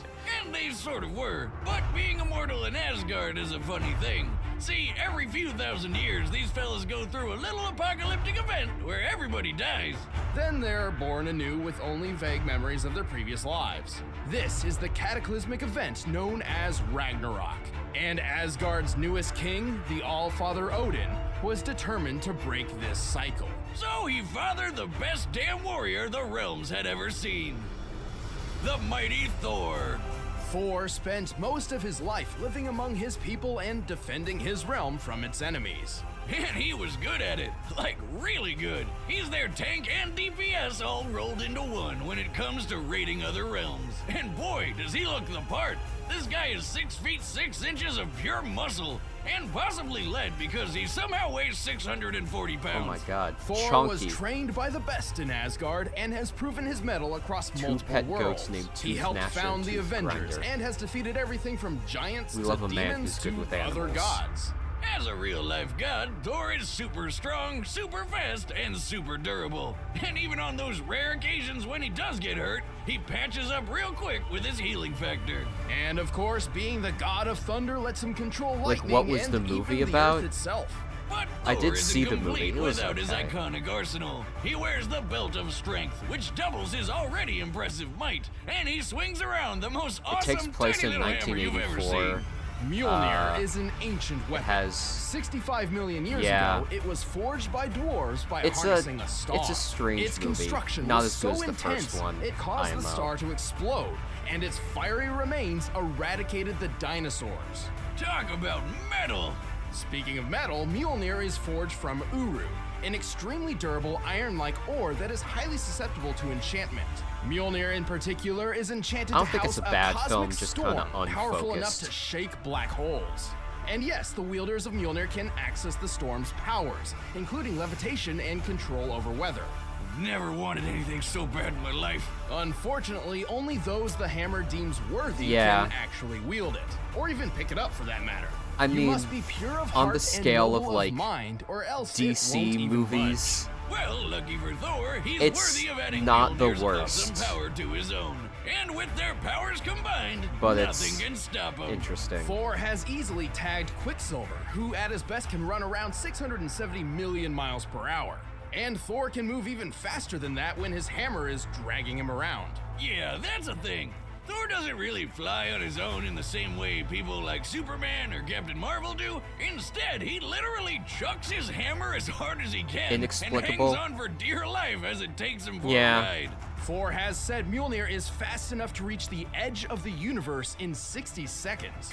This means it can travel at least 350 trillion miles per hour, or over 500,000 times the speed of light. Don't let go, Goldilocks. Hitting pavement at that speed might hurt even you. Yeah, he'd be fine. He can withstand a dip in the sun, where it can be over 27 million degrees Fahrenheit. He does have a cool while he was hammer. knocked unconscious, he did survive a bomb capable of planet busting, equal to a force of over 53 quadrillion megatons There's of also TNT. like one of their first big upgrades in the scale in terms of like destructive power. It's like, oh wow, they're blowing up planets. Nearly 900 miles wide and 50,000 miles long. By comparing it to the largest living snakes, the 550-pound green anaconda, we can estimate the Midgard serpent weighs about 17 trillion tons. Hold on, Wiz. I know my snakes, and it looks like that Midgard serpent is actually constricting the Earth. By squeezing prey, a snake can apply pressure 16 times its normal weight. So Thor didn't just lift a really heavy snake, he outmatched 272 trillion tons of force. That is correct, Boomstick. Goddamn right it is. It is important to stress the unbelievable That would be fun getting over it, but with possesses. Mjolnir, so much so that in with fights every with swing, other it's just like you get whole worlds flashbanged. Can shatter. If it ever comes to it, he can even enter a state of warrior's madness. While he loses some control doing this, his power increases tenfold. Why did we put this guy up against Raiden again? Well, Thor's cocky attitude has put him in all kinds of trouble. He's even lost Mjolnir's power more than once as a result. Yeah, the hammer isn't invulnerable, and if Thor's holding on to it, its enchantment can even be tricked. Like that one time the Hulk used his own hammer against him by moving his arm. Why, you hitting yourself? So to teach Thor a lesson in humility, Odin banished him to Earth, transforming him into a handicapped human. You call that a handicap? That's a limp. I'm over here with a friggin' shotgun for a leg, and I'm not even allowed to park in those special parking spaces. Still, it turns out sending Thor to Earth was all part of Odin's plan to alter the cycle of Ragnarok, as such a thing had never been done before. And it worked. 4,000 years after the previous Ragnarok, Armageddon was stopped for good, and the gods were free. All thanks to Thor, and a giant time-traveling floating sentient eyeball, but mostly Thor. Can't make this stuff up. I accept your surrender.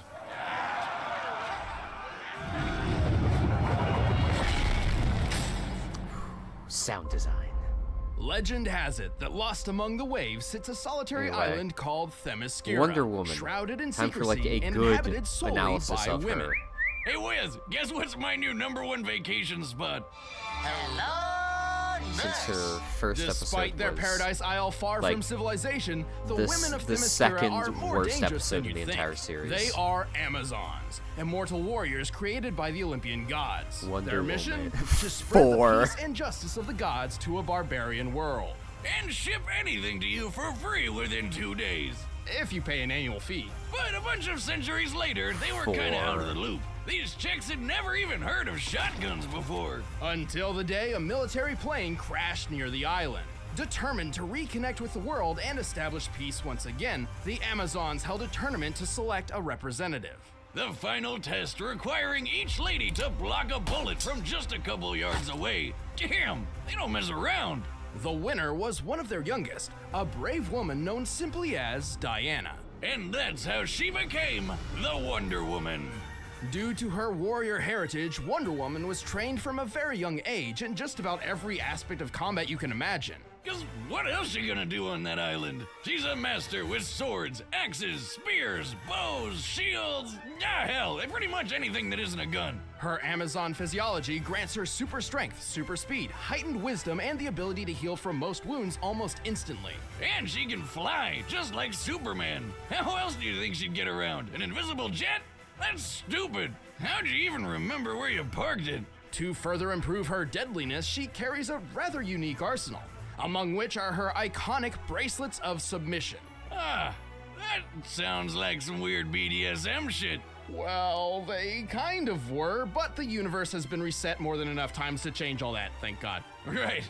Anyway, those bracelets are her greatest tool for defense. She's Forged like, by the Smith god Hephaestus using yeah, the remains probably of the most Zeus's iconic legendary female Aegis shield, superhero. the bracelets are impervious to nearly anything, including gunfire, demon lightning, and Kryptonian heat vision, which can be hotter than the sun. It was always funny how she used her bracelets to block bullets when she herself was to avoid like collateral damage, super the bracelets also indestructible. suppress some of Diana's strength. Taking them off vastly increases her godly power. Oh, and she can use them to summon weapons like her magic sword. Also forged by Hephaestus, this sword's edge is so sharp that it can slice through microscopic atoms. This means a precision strike from Wonder Woman can cut through nearly any material. Man, this asbestos god makes some top-notch stuff. Wonder if he does commissions. Well, he's not responsible for Diana's final weapon, the lasso of truth. This unbreakable whip has the power to make anybody it touches tell the truth. Bad news for any cheating boyfriends she might have. What other depraved thoughts must you be thinking? God, your daughter's got a nice rack. Shall I kill him now, my queen? Of course, she doesn't need weapons to prove her awesome combat skills. According to Batman, Diana is the greatest melee fighter in the world, which is no small feat in a universe with people like Karate Kid, Deathstroke, Yeah, and she has Batman a himself. very strange Did you say arsenal. the Karate Kid? Man, Daniel's son's really moved up in the world.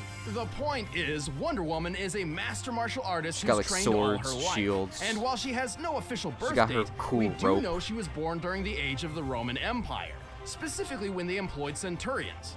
Including the additional time she spent fighting in Valhalla before going back in time, this means Wonder Woman must be about 3,000 years old. All things considered, she looks pretty damn good for her age. And that's more than enough time to become a master ass kicker. It also helps that she's pretty darn quick.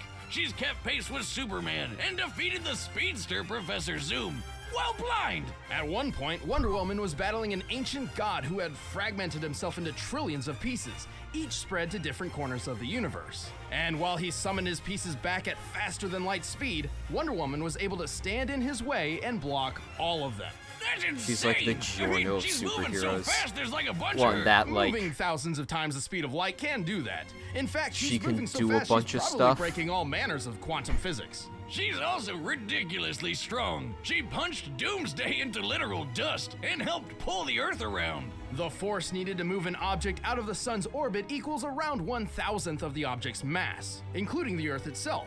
Assuming Wonder Woman was pulling her fair share, this means she can lift 2.2 quintillion tons. And Grandpappy Boomstick always told me women were the weaker sex. I don't see him lifting a third of the Earth. She's also incredibly tough. Nuclear explosions hardly even faze her. Oh yeah, she punched a warhead and tanked it point blank. And then one day, Damn. Superman, who can see atoms, decided to split one to test her magic sword. Surprise, surprise, it literally blew up in their faces. Why would they do that? Wacky antics. You stupid. Even more impressive was her fight with Zoom, in which she took several light speed punches which, according to her fellow Justice League member The Flash, hit like a white dwarf star. That would equal 2 billion megatons of force. Unfortunately, Wendy's not invincible. She's got her own kryptonite, and it's a lot more common than radioactive alien rocks. Her durability holds up well against almost everything, except for piercing weapons. Which just seems like an unacceptable weakness when you're that strong. Damn. Knives, swords, spears, any kind of blade will do the trick, but especially bullets. Which Oh, is probably I guess why that's she's why gotten she does so the good at bullets blocking thing. them with those bracelets. Unfortunately for swordsmen and sharpshooters, Good thing she's Diana fighting a guy doesn't with a go down hammer. easily. In fact, a good stabbing is more than likely just gonna piss her off. And that's when you learn just how dangerous Wonder Woman can really be. And they do the classic transformation as the end clip. That's nice. All right, the combatants are set. Let's end this debate once and for all. But first, Food. This fight is interesting. You'll see what I mean. And I'll talk about more after the fight.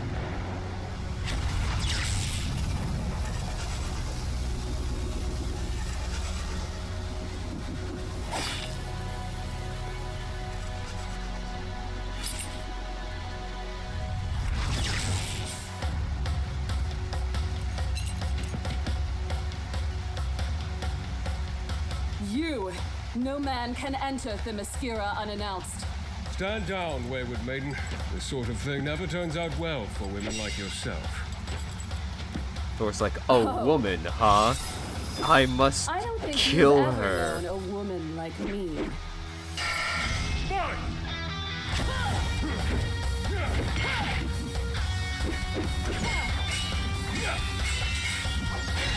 You are undone! Incredible.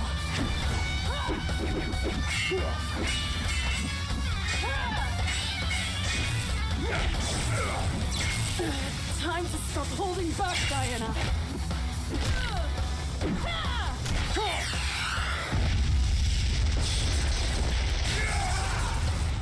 Mighty tornado!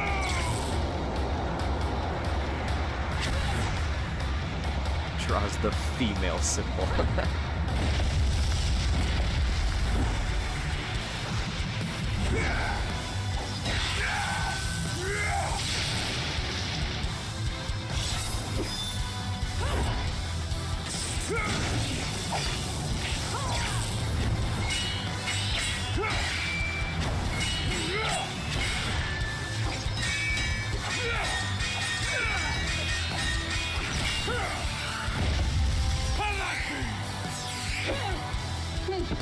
Such reckless abandon. Poor misguided fool. Feel heaven's wrath!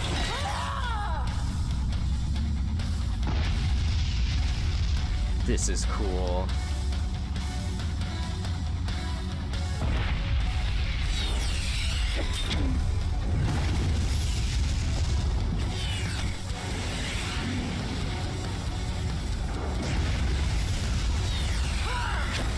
Never shall the god of thunder relent! You will to me!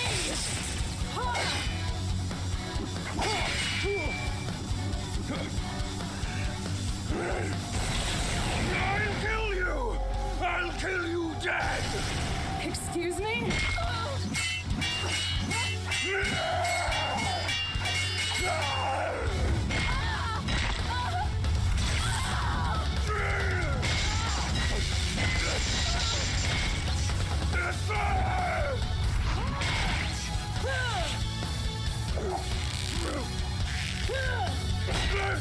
Why?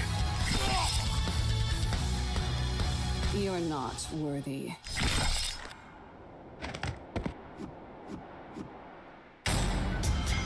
So, Whoa, go if Wundy! you're Looks wondering like why watching parts too of that much episode Game of Thrones. looked maybe a Thor and little Wonder Woman matched each other in some off, surprising ways. or why there Their weapons were seems to enchanted, may their have years been of like experience were similar, some and even parts their missing, like super there at modes the did end almost there's the a same cut sort of that's thing. really But Lady unnatural. Wonder had a couple big things That's going because for her, like this her episode speed. is Sure, this Thor's fight fast is enough to tag technically Quicksilver, and his travel not speed with Mjolnir is just finished. It stupid ran fast. into some But last Wonder Woman minute showed that rendering she's even errors, more stupid and they just fast kind of in had to release it combat as over and over is. again. Such So as when there's she parts blocked where trillions some of like God shards textures flying at her from the edges of the are universe, missing. Like most there's likely part of the faster than tornado any fight speed where Mjolnir Thor was just capable of.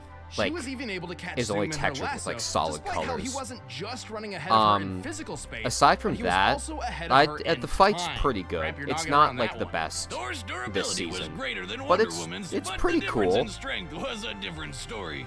In fact, when this is comparing their both Earth of and these snake characters feats, she was 8,000 come back times for stronger episodes than him. later. But the final nail in Thor's Although coffin I was think their this is choice of probably weaponry. Wonder Woman's Mjolnir best may have been episode. tough for Diana I do to think defend Thor's against, but it couldn't next one exploit is her a bit weakness better. to piercing But weapons. Meanwhile, Diana's magic sword this could this slice one's at a this one's microscopic level. not a bad something show. Thor couldn't possibly be prepared to defend against. You could have skin so tough that you can take a bath in the sun no problem, but it won't do a damn thing to a blade that can literally sever your atoms. Ultimately, while many of their talents were evenly matched, Diana's speed, strength, and weaponry proved too much for Thor Odinson. Yep, he was done, Thor. The winner is Wonder Woman.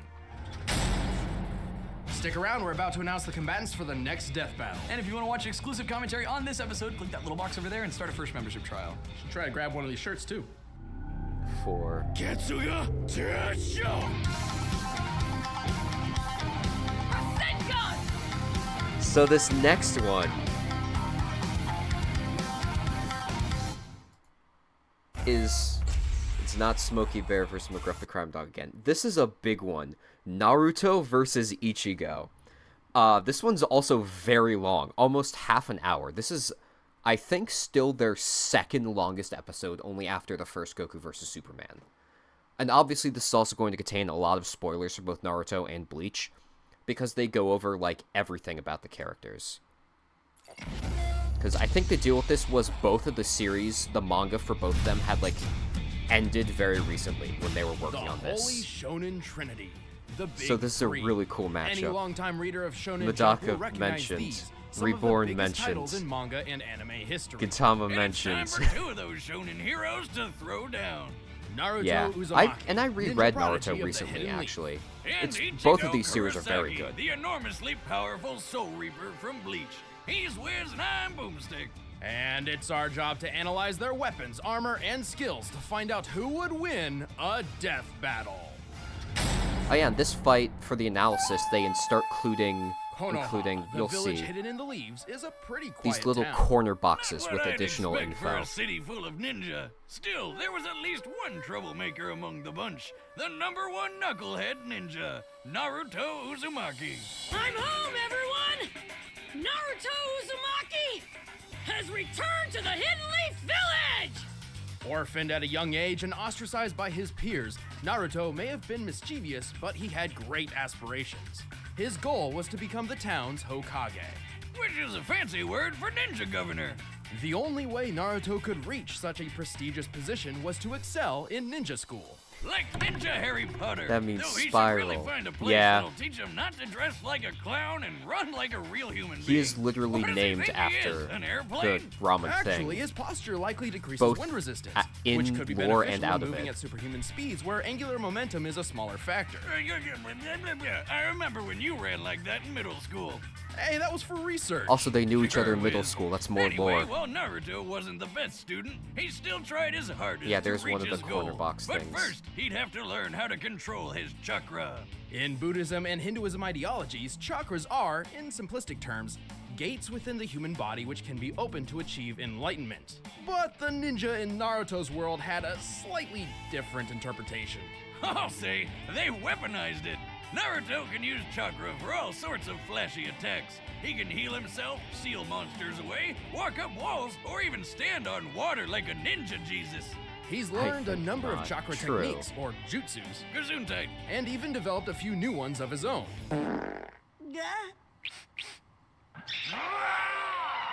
His signature move is the Shadow Clone Jutsu. Where he can copy and paste himself over and over and over again. Unlike the standard clone technique, shadow clones are tangible with their own combat capabilities.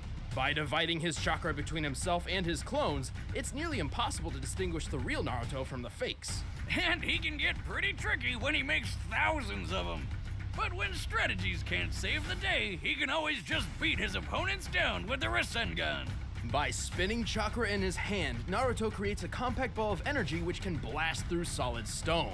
While the Rasengan usually takes years to learn, Naruto figured it out after training for just over a week. He's invented more Rasengans than Willy Wonka's invented candies.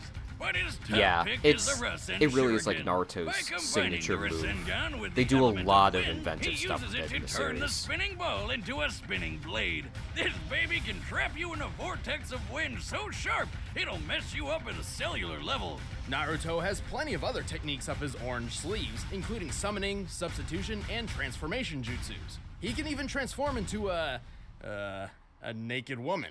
Ho ho ho ho! Looks like he's been studying. I guess that's one Gotta plus mention side the to not sexy having jutsu. parents. You don't need to worry about anyone walking in on you. While most individuals have chakra, everyone has a limit. The more physical and spiritual energy one possesses, the more chakra they'll have at their disposal. Just like the gas tank from a chainsaw. Thanks to his heritage, Naruto already has a great deal of chakra. Even still, he has far more than he reasonably should, all thanks to the beast within. Yeah, he's got a monster in his stomach. Let's backtrack a few years. On the day of Naruto's birth, his village was attacked by a chakra beast known as the Nine-Tailed Fox. A monster so destructive, a mere swing of its tails could level a mountain. In desperation, the Hokage at the time sacrificed himself to split the Nine Tails in two, sealing one half within his own son, Naruto. So his first ever birthday gift to his son was a giant pet fox that can destroy cities? I wish he was my dad.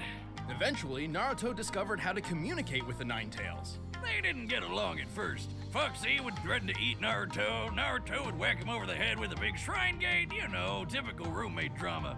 Still, they eventually became friends, and Naruto learned the fox's name was Kurama. Afterward, Kurama willingly shared his chakra with Naruto on a regular basis. And as a being composed of chakra, Kurama's reserves are gigantic. With so much power at his fingertips, Naruto can enter a bunch of different super forms. First up is Sage Mode, which sounds like something he'd learned from an old wise man or wizard, right? Nope, he learned it from a frog. Hey, that frog all is of an Naruto's old wise physical man. Abilities. Furthermore, Sage Mode allows Because Naruto to perceive the entire area around him and tap into naturally occurring energy via Senjutsu. He can enhance his chakra attacks by adding natural energy, but if he's not careful, he'll turn into a frog. No, I'm not kidding. With Kurama's chakra, Naruto can enter multiple tailed beast forms, which drastically increases physical prowess and energy output. Best of which is the Nine Tails chakra mode. Yo Flame ho ho, on! he took a It bite of got even better when he befriended Fox. Mr. Fox, upgrading to the stronger, faster, tougher Correct. Kurama chakra mode. Chakra Mode grants Naruto extra protection, a sense for negative emotions, and the ability to create additional chakra arms. Whoa, that's a lot of hands. Gotta wonder what kind of things he does with those, right? Overwhelming attacks, extra maneuverability, creating Rasen Shurikens, the works. Yeah, that's not what I was. Creepy tiny hand. He can also shroud himself in a Nine-Tails-sized avatar and use Kurama's ultimate attack, the Tailed Beast Bomb. So destructive, it can level a mountain range. And for his final form, it's spoiler time. Oh, yeah, this is Pay the spoiler attention, part. 'cause- Yeah. All this chakra stuff started with an alien named Kaguya, who ate a fruit which basically created chakra. Later, she got all murder happy, so her sons stopped her. One of these sons, the Sage of Six Paths, had his own son named Ashura, and Naruto is a reincarnation of him. So yeah, Naruto's kind of an alien. Through this connection, Naruto was gifted the most If I had a divine nickel form for of energy, every Six shonen Paths series chakra. where the With it, he can explanation for enter the Six power Paths system stage was mode. because His strength aliens, gets boosted I'd even have more. 3 He can nickels. fly, and he can use That I know of. fruit-seeking I've read balls, at least 3 which are series orbs of chakra where that can aliens are the transform into explanation. weapons and destroy anything they touch. He can combine all these forms and further add natural energy to his Kurama avatar to form Six Paths Ashura Kurama Sage Mode. Whew. Good God, that's a confusing amount of forms. Anyway, Naruto is also an expert in hand-to-hand combat and could run faster than the eye could see when he was just 12 years old.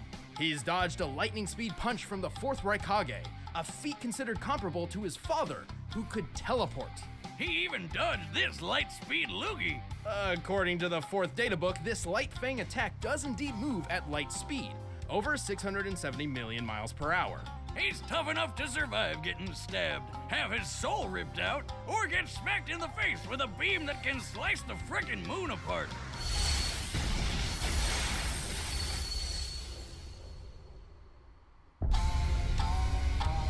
He's fought multiple tailed beasts at once, lifted a statue weighing several hundred tons, survived a fall from the clouds, gone toe-to-toe with invisible limbo shadows, and pulverized 6 falling meteorites simultaneously.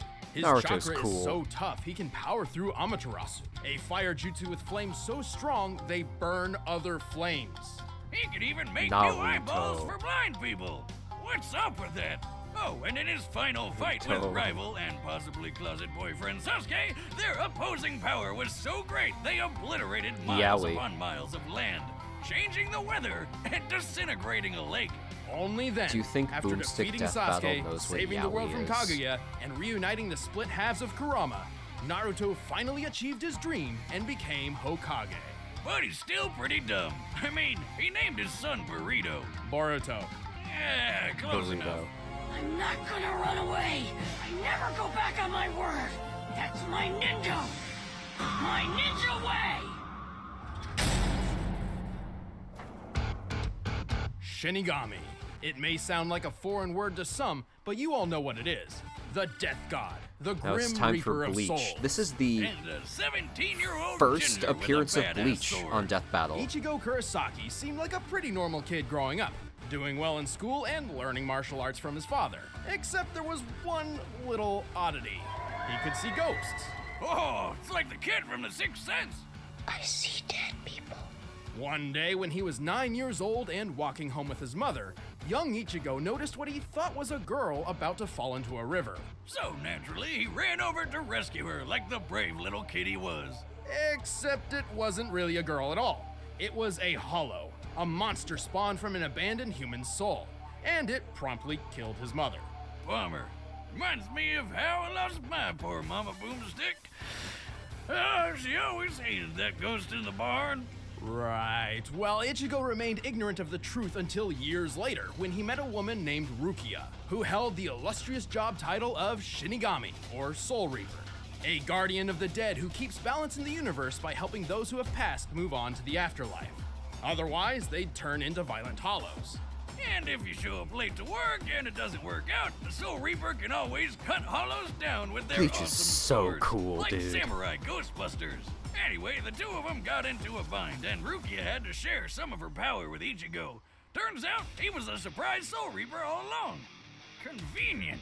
When accessing his Shinigami power, Ichigo leaves his physical body for a new one made up of reishi, or spiritual matter, which makes him invisible to anyone in the living world, despite still being physically present. And his new powers make him super deadly. He can move with blinding speed, cut through giant monsters with ease, survive being punched through whole city blocks, and even fly through the air. It's more accurate to say he walks through the air, using naturally occurring reishi as Yikes, footholds. that deals with But hollows. let's get to the dicey part of his getup. That awesome sword. It's a Zanpakuto, a blade connected to its owner's more like soul. a hollow It may look samurai like an oversized steak knife, but than it's a a hollow Soul Reaper's knight. best friend. Every Shinigami possesses a Zanpakuto spirit within themselves, which manifests as their sword. Ichigo's is called Zangetsu. Well, both of them are. Oh, here we go. Strap in, because this shit's about to get crazy. Ichigo actually has 2 different Zanpakuto spirits drawn from his weird and confusing heritage.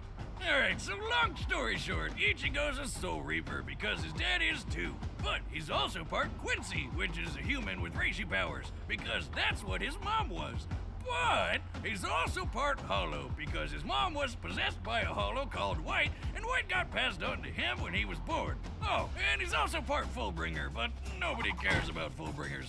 One of Ichigo's inner spirits is a manifestation of his Quincy side inherited from his mother, while the other is a fusion of his Shinigami power and the Hollow. Unfortunately, Shinigami and Quincy go together like oil and water. While trying to find a balance between these two sides, Ichigo learned plenty of neat techniques, like his bread and butter attack, the Getsuga Tensho.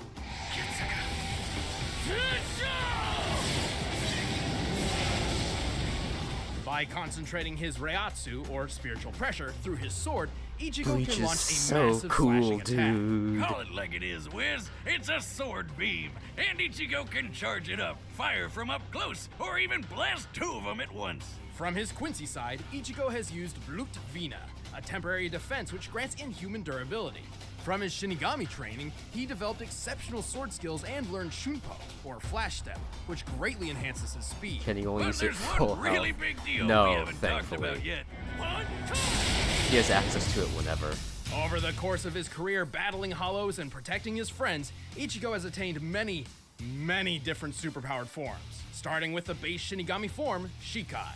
Despite essentially being Ichigo's base, this form is strong enough to block an attack from the Sokyoku, said to have power equal to 1 million Zanpakuto.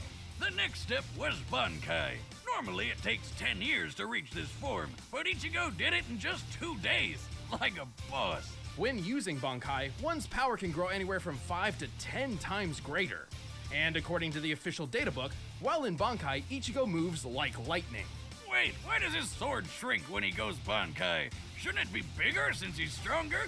Technically, yes, but Ichigo can control its size to keep it more manageable. If Shinigami couldn't minimize their blades, some would have swords the size of skyscrapers. Awesome! Anyway, the Hollow inside wanted a piece of the action too, so Ichigo gained a new power boost with a swoopy Hollow mask. This form is strong enough to lift 5 iron pillars, each weighing nearly 100 tons. Though if he's not careful, Hollow can take control of his body, sending him into a violent berserker state commonly referred to as Vastolorde. Despite the lack of consciousness, Vastolorde Ichigo could heal quickly and was strong enough to overcome Ukiura, who's powerful enough to nuke the city. he does a lot of stuff. With his dad, Ichigo got a sort of second Bankai, which most people call Dangai Ichigo. In this form, he shattered mountains without even trying. He broke through the Black Coffin attack, which distorts time and space, which sounds like a black hole. Right after that, he survived a shot so friggin' big, the explosion could be seen for miles. By comparing this crater to those left by real-life bomb tests, I'd estimate the attack to have a maximum explosive yield of 814 kilotons of TNT. That's like Ichigo surviving 54 little boys to the face. No. I meant the bomb from 1945, not the, oh God. Well, try as those little boys might, all it did to Ichigo was burn his arm, and he didn't even care. This guy isn't the type to give up. For his ultimate attack, Dangai Ichigo literally becomes the Getsuga Tensho itself. I know that's confusing, but just roll with it. To summon the incredibly powerful Mugetsu, which busted up one of the biggest baddies in the whole series. But it also sacrificed all of Ichigo's powers. Well, that's a raw deal, but 17 months later he managed to get them back with Fullbringer powers, which enhanced his physical abilities. But then he lost those too. It's worth noting that while in Fullbring Shikai, his normal sword swings were as strong as his old Getsuga Tensho. But he still didn't give up. After training with some top-tier Soul Reapers and eating some food which gave him Super Reiatsu, the moment came. In the most epic quenching of all time, an entire sea disintegrated to form his new true Shikai. This is the stuff that's in the new anime. But 2 Zangetsu swords. Finally balancing the Shinigami, the Hollow, his and hair the Quincy drained within, of all color, Ichigo almost had as reached his full potential. it he got tamed his Vastolorde form, merging it with his Quincy side. In this form, he can combine his Getsuga Tensho with one of the strongest Hollow attacks, the Gran Rey Sero. He also made a trip that normally takes a week in only 9 hours and 15 minutes. And last but not least, he achieved a brand new level of Bankai, which was immediately crushed by some old dude who planned to destroy the universe named Ewok? It's probably inspired by the Hebrew name for God, Yahweh, and the katakana ends with a sharp k sound, so Yowok? Yeah, what you gonna do? Well, we can assume this Bankai the commonly works similar accepted to pronunciation his for that increasing character his physical is speed and strength Yuha along Bach, with his Reiatsu by the way. tenfold. Even without his Bankai, Despite it he being still spelled cut Mustache Man to shreds. strangely. And then he lived happily ever after, until his kid became a Soul Reaper. Yeah, what'd he name him? Bitchigo? What? No, it's Kazui. I might have got it mixed up with the other Enchilada Kid or whatever. Enchilada. Close enough. Now I'm Ichigo Kurosaki, substitute Soul Reaper.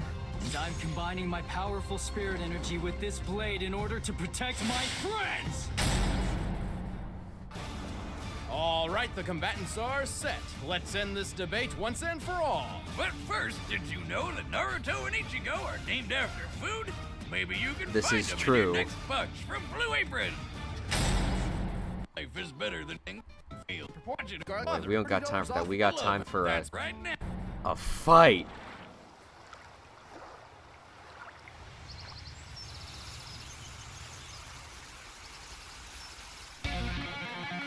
What's that energy? Is that a hollow? Naruto, I sense a presence. Naruto, wake up.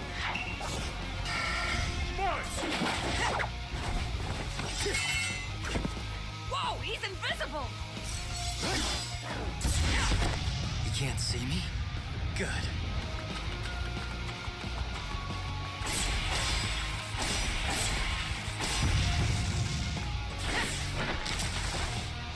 Quit running, coward!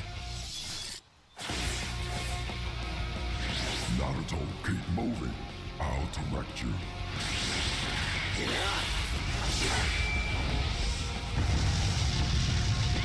You're dead!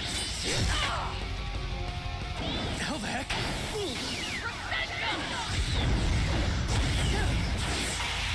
I see you.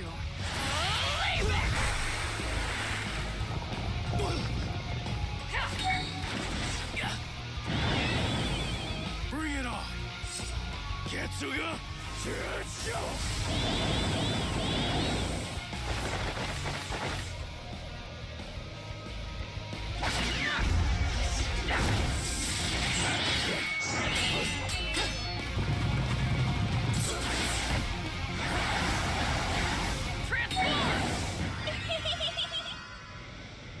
Really?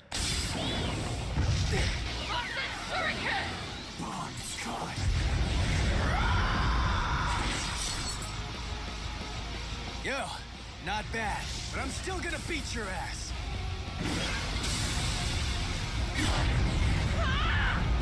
It's like the thumbnail to a Super iPad Wolf video. Yeah.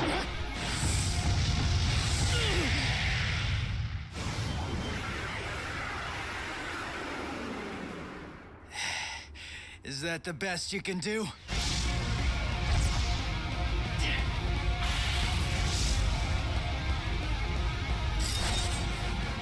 Mugetsu!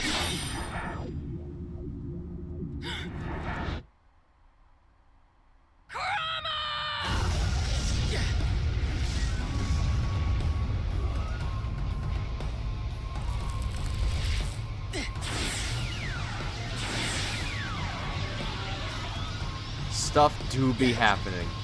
Naruto, look out, he's got a stick!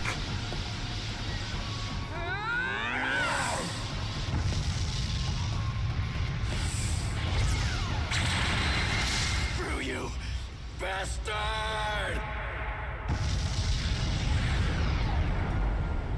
Phew, who was that guy? So yeah, that fight's Even without his insane. powers, Ichigo never gave And the thing up. you said about What the a color is badass. like my Sorry, complaint Bleach fans, I know and you all really most wanted to people's win, main but complaint with this unfortunately, fight. this Everything wasn't is like Naruto had better training, oversaturated a broader and arsenal, kind of has a an better almost healing like factor, orange and tint Ichigo's to everything. invisible ghost body didn't really matter. It's weird. Shinigami may be invisible, but they're still present in the physical realm and can be touched by normal people. Kurama can locate individuals by simply sensing their emotions, and Naruto's even seen his own soul before.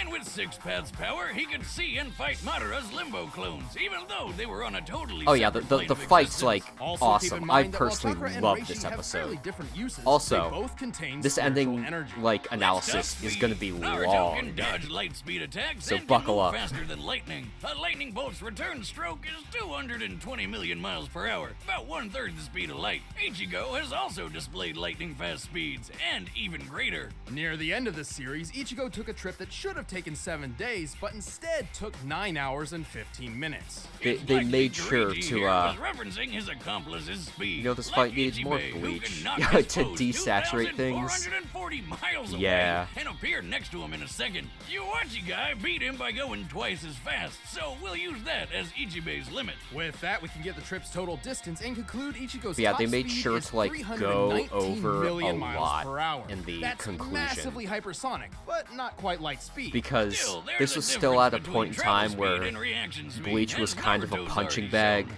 Comparing them directly, in the anime Ichigo's best world. reaction should clock in at around 970 So, million miles they want per to hour, give it its fair 40% due. faster than light speed, and Yeah, Naruto's reaction I'm time. kind of surprised they Alright, didn't point for decide Ichigo. this Speed for the alone season wasn't finale. enough, though, especially since Because this is Naruto's definitely save finale powers worthy gave him matchup. superb field awareness, making it difficult for Ichigo to land a fatal blow. If he could even land something fatal at all. Ichigo has always had a tough time damaging foes who have stronger spiritual energy than him. With that said, let's compare his Ryatsu to Naruto's chakra.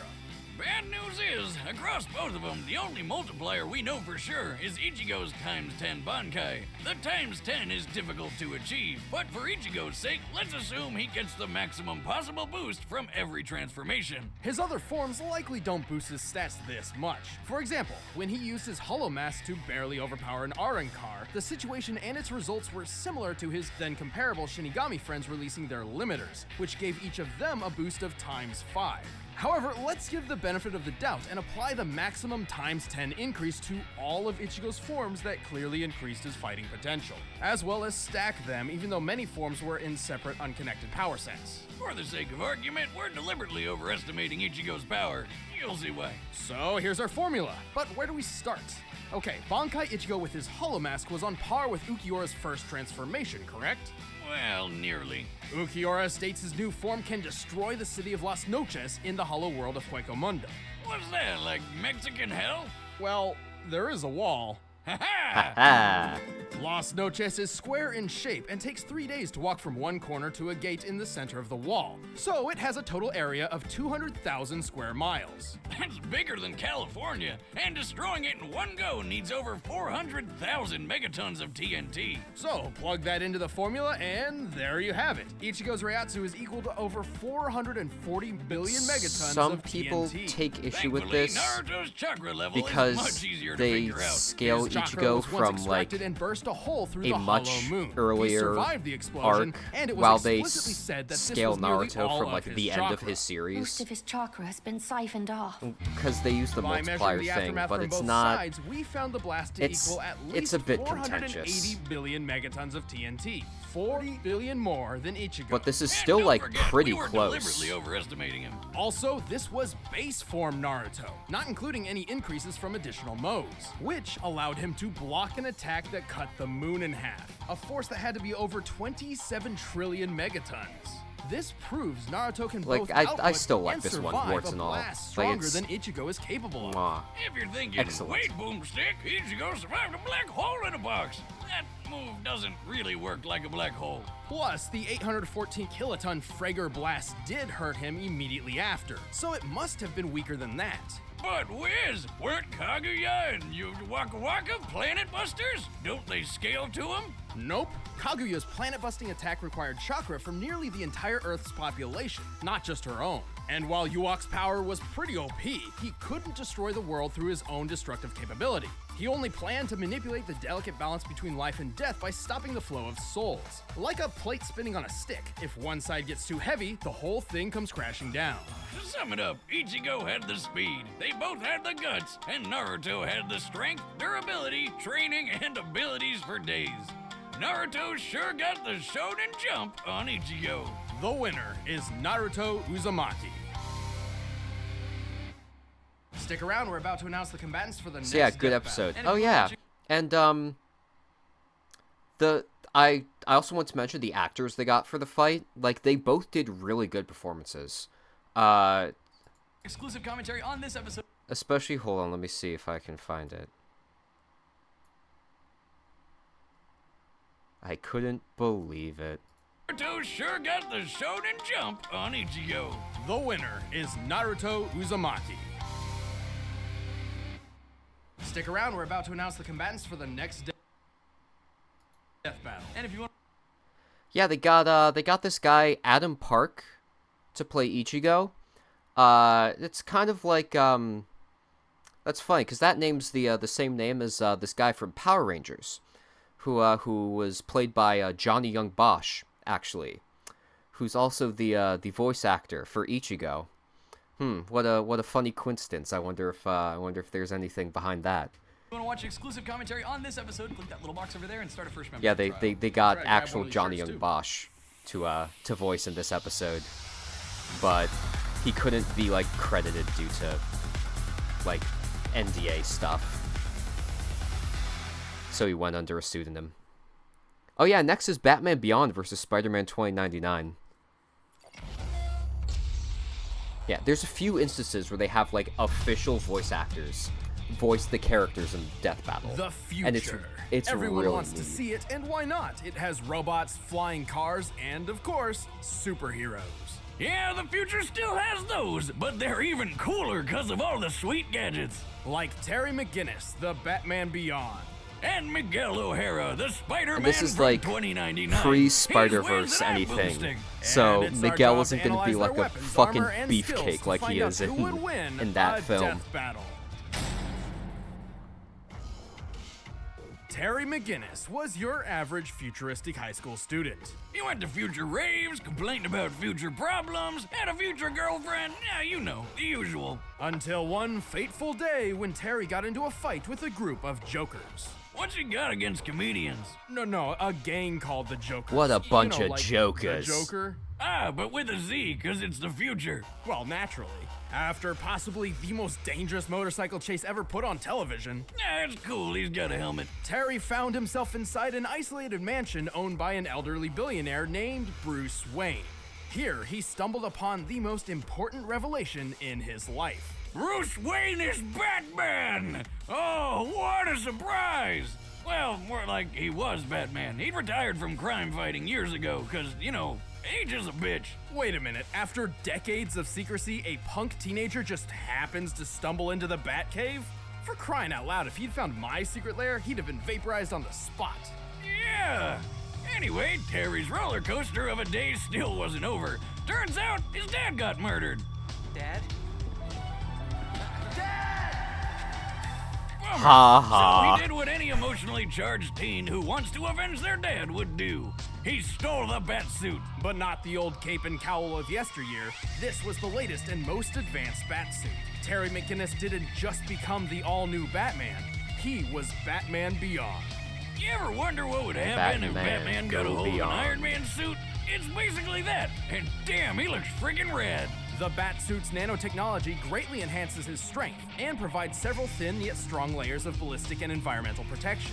And he can fly! He can soar faster than a speeding future car, and he's really nimble in the air. Plus, he can always give his punches and kicks a literal rocket boost. The suit sports over 24 other gadgets Many for combat features were and added in espionage. response to He has a problematic wrist-mounted grappling events. hook that can extend over 50 The way that's feet. worded makes it There's sound a like he cloaking like device, said a lock slur on decoder, Twitter finger or something. microphones, climbing claws, an underwater breather, thermal and binocular vision, extendable spikes on his arms, flashbang grenades, triple-weighted bolas, a buzzsaw, and even retractable tweezers. Splinters are no laughing matter. And don't forget all those sweet, sweet batarangs. These new age ninja stars are even sharper and more compact than before, and they come in a variety of delightful flavors, like explosive, ensnaring, and electrifying. Terry's got a solid throwing arm and can even disarm multiple opponents with a single shot. But if he's feeling a bit lazy, he can always just use his arm launchers to fire batarang discs. Also, when anyone gets in too close, the whole suit can act like a man-sized taser. The electric shock is strong enough to stun people spliced with animal DNA and short out heavy machinery. Yes. Tools don't make The the toughest man, opponent. Batman. People Terry's spliced a with master animal martial artist DNA. With plenty of training from legends like former Robin Dick Grayson, totally real ninja Kairi Tanaga, and the former Dark Knight himself. Well, once he got over the kid stealing his suit, of course. Bruce Wayne doesn't just serve as Terry's mentor, he's also a constant source of advice and information on the go through his direct link to the Batsuit from the Batcave. Good thing, too, since Terry's not exactly the world's greatest detective. At least not compared to the old man. Bruce is extremely intelligent and an expert analyst. Plus, the Batcave has some very impressive technology. Not only does it host one of the most powerful supercomputers on the planet, it's also completely dependent on its own hydroelectric power supply and isolated network. Still, I don't care who Bruce used to be. Having an old guy barking orders in your ear sounds annoying.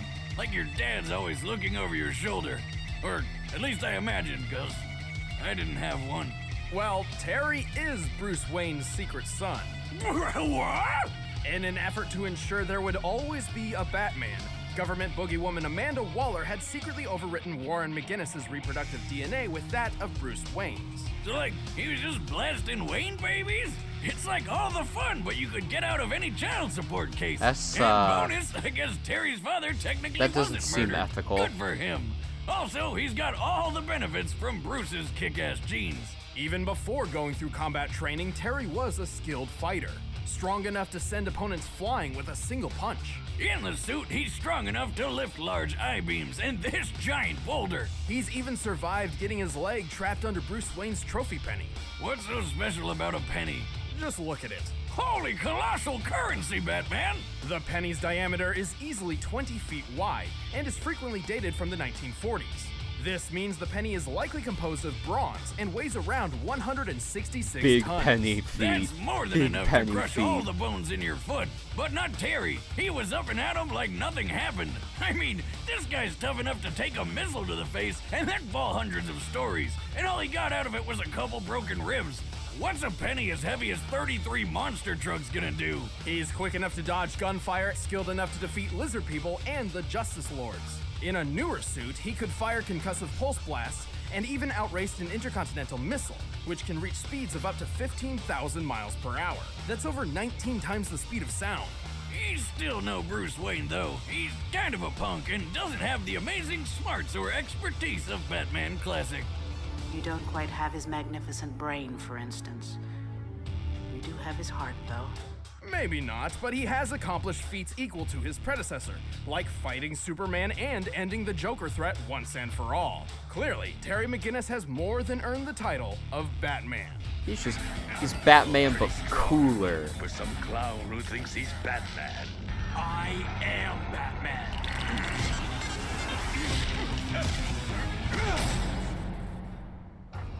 So, here's an unfortunate spoiler. The year 2099 kinda sucks.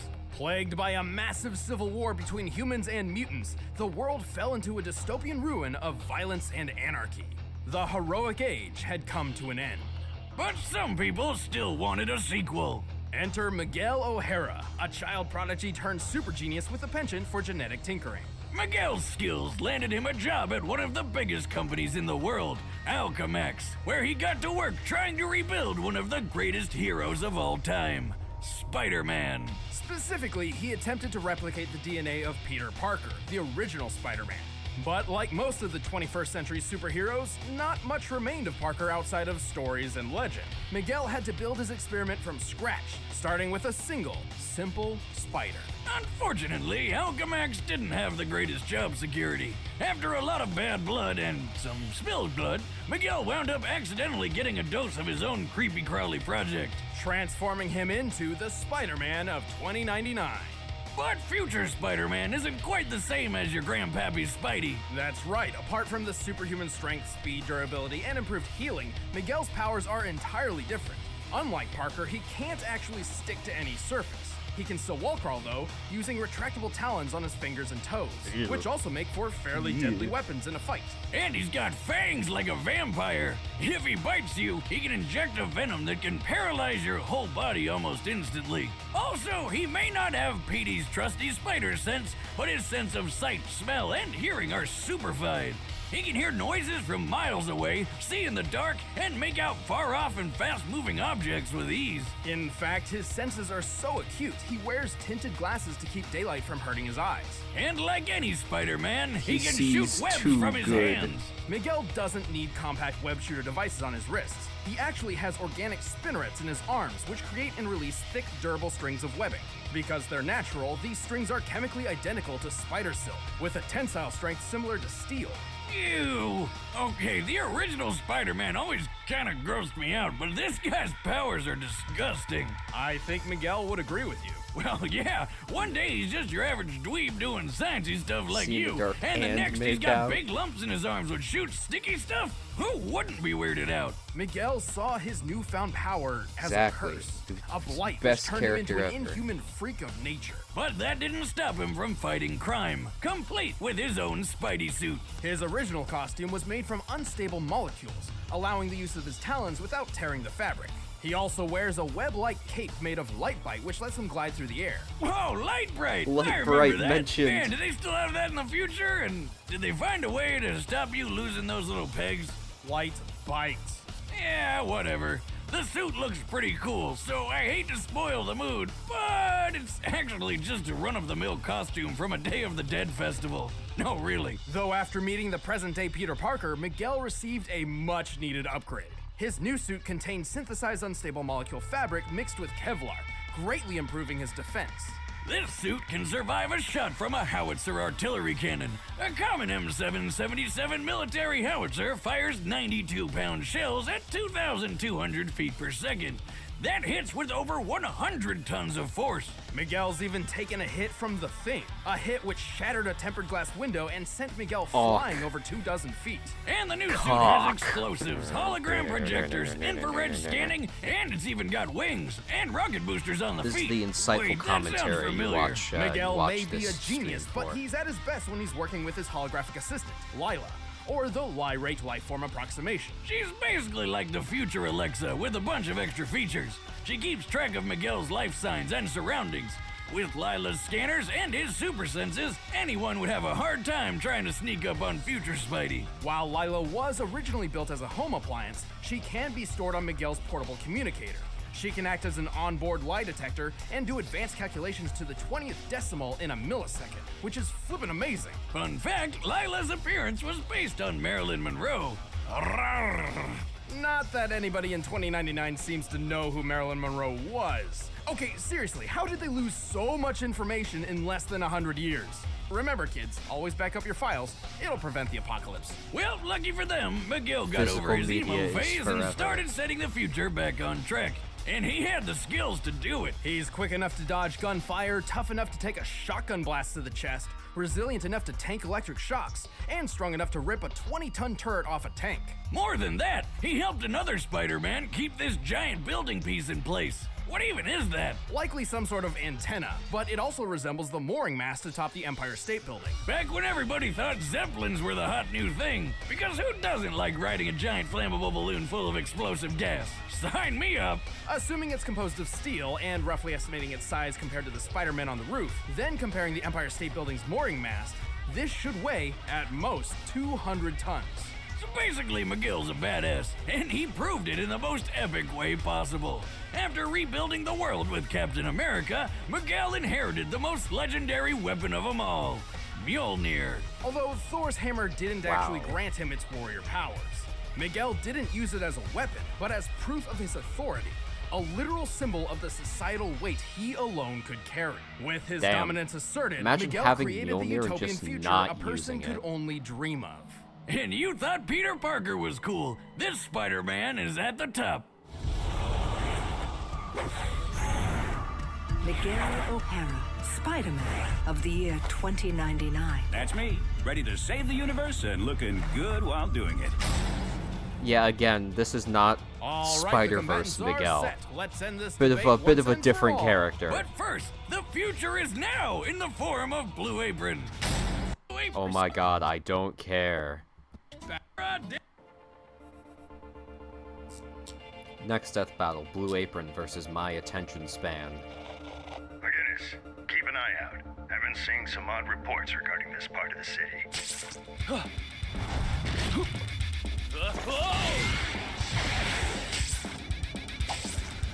Hey, Bozo! I was brooding there.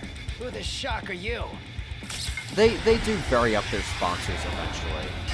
But this was still in relatively early days of the show, and when it was still being managed by Screw Attack, so I'm not sure how much that has to do with it. Yeah, it's a future insult, like Spark in Xenoblade 3. Right back at you, fatty. Hey, Lila, get me a reading on this vampire guy, yeah? Of course, Miguel. I can't identify his tech or fighting style, but I can try hacking his suit.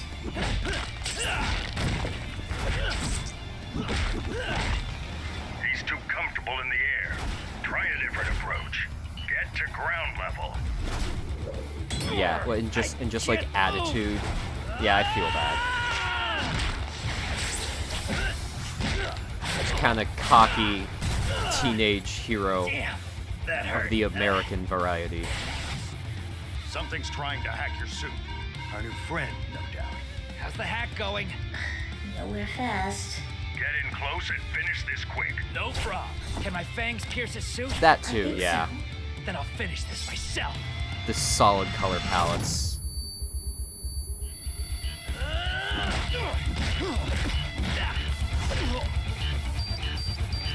Lila! And problem solved. I guess that's one way to do it. Another kind of short but sweet one. Some people don't really like this one, and I can see why, but I have a soft spot Thanks for to it. Bruce's I kind of counsel, like it. Terry used his flashbang to take advantage of Miguel's sensitive eyesight and his electric. It's just kind of like, especially after the last few episodes, it feels like there's the fight's pretty short, and it doesn't feel like there's a whole lot to it, but it's still cool. Even still, Terry's stats edged out Miguel's in more ways than Yeah, one. they kind of had Bruce and Lila as kind of the comparable, like, assistant characters. But unlike Terry, Miguel's never outraced anything faster than a Mach 19 ballistic missile. For physical strength, Terry had him beat too. Recall that boulder that he lifted underwater. This took place in Superman's Fortress of Solitude near the Arctic, so the boulder was likely composed of sedimentary dark limestone, the most common rock type around that location. So we compared Terry's height to the boulder, applied the density for limestone, and pixel subtracted the weight measurements. reduced by underwater buoyancy, to find the boulder's weight to be 192 tons. And he tossed it aside like it was nothing. Terry's peak strength in the batsuit has to be more than 200 tons. Assuming Miguel applied his fair share when holding up that antenna, his best Batman strength feat we know beyond. of is at max 100 tons. But he's a Spider-Man. Spider-Man can lift more than that, right? Not usually. Technically, Miguel's powers are so different from Peter's that we shouldn't really scale him to other Spider-Men. But for the benefit of the doubt, let's do it anyway. We'll check out two of Spider-Man's most impressive strength feats. The first is the time he braced a private jet while it was landing. Look at him! He's literally the landing gear. According to Spider-Man himself, the plane's total weight was at most 115,000 pounds. Adding the thrust from a Whittle W1 engine, which this small jet is most likely to have an engine comparable to, this feat comes Whittle out to engine. 58 tons.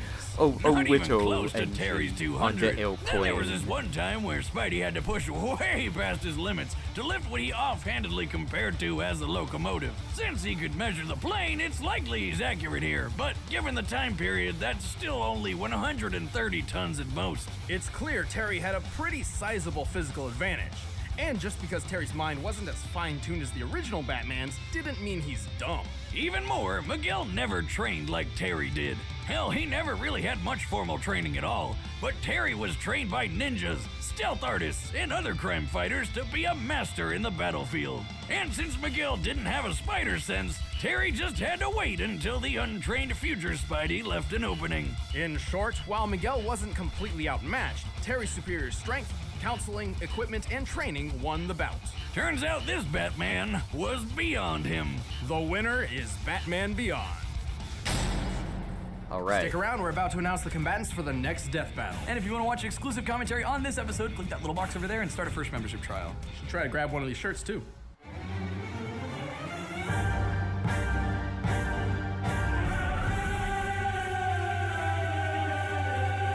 Yeah, so next episode's gonna be the last one for tonight, because it's the season finale. It's Sephiroth versus Virgil. Which is cool.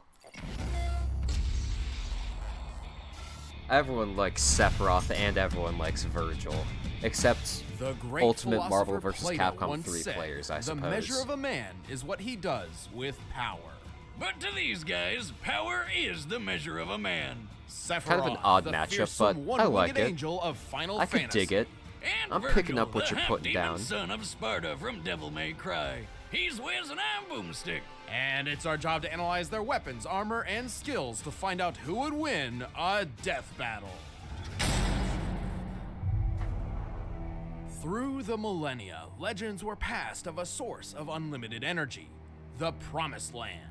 Unfortunately, all hope of finding this sacred ground had been lost, until the Shinra Electric Power Company excavated the remains of a being believed to hail from the very land they sought.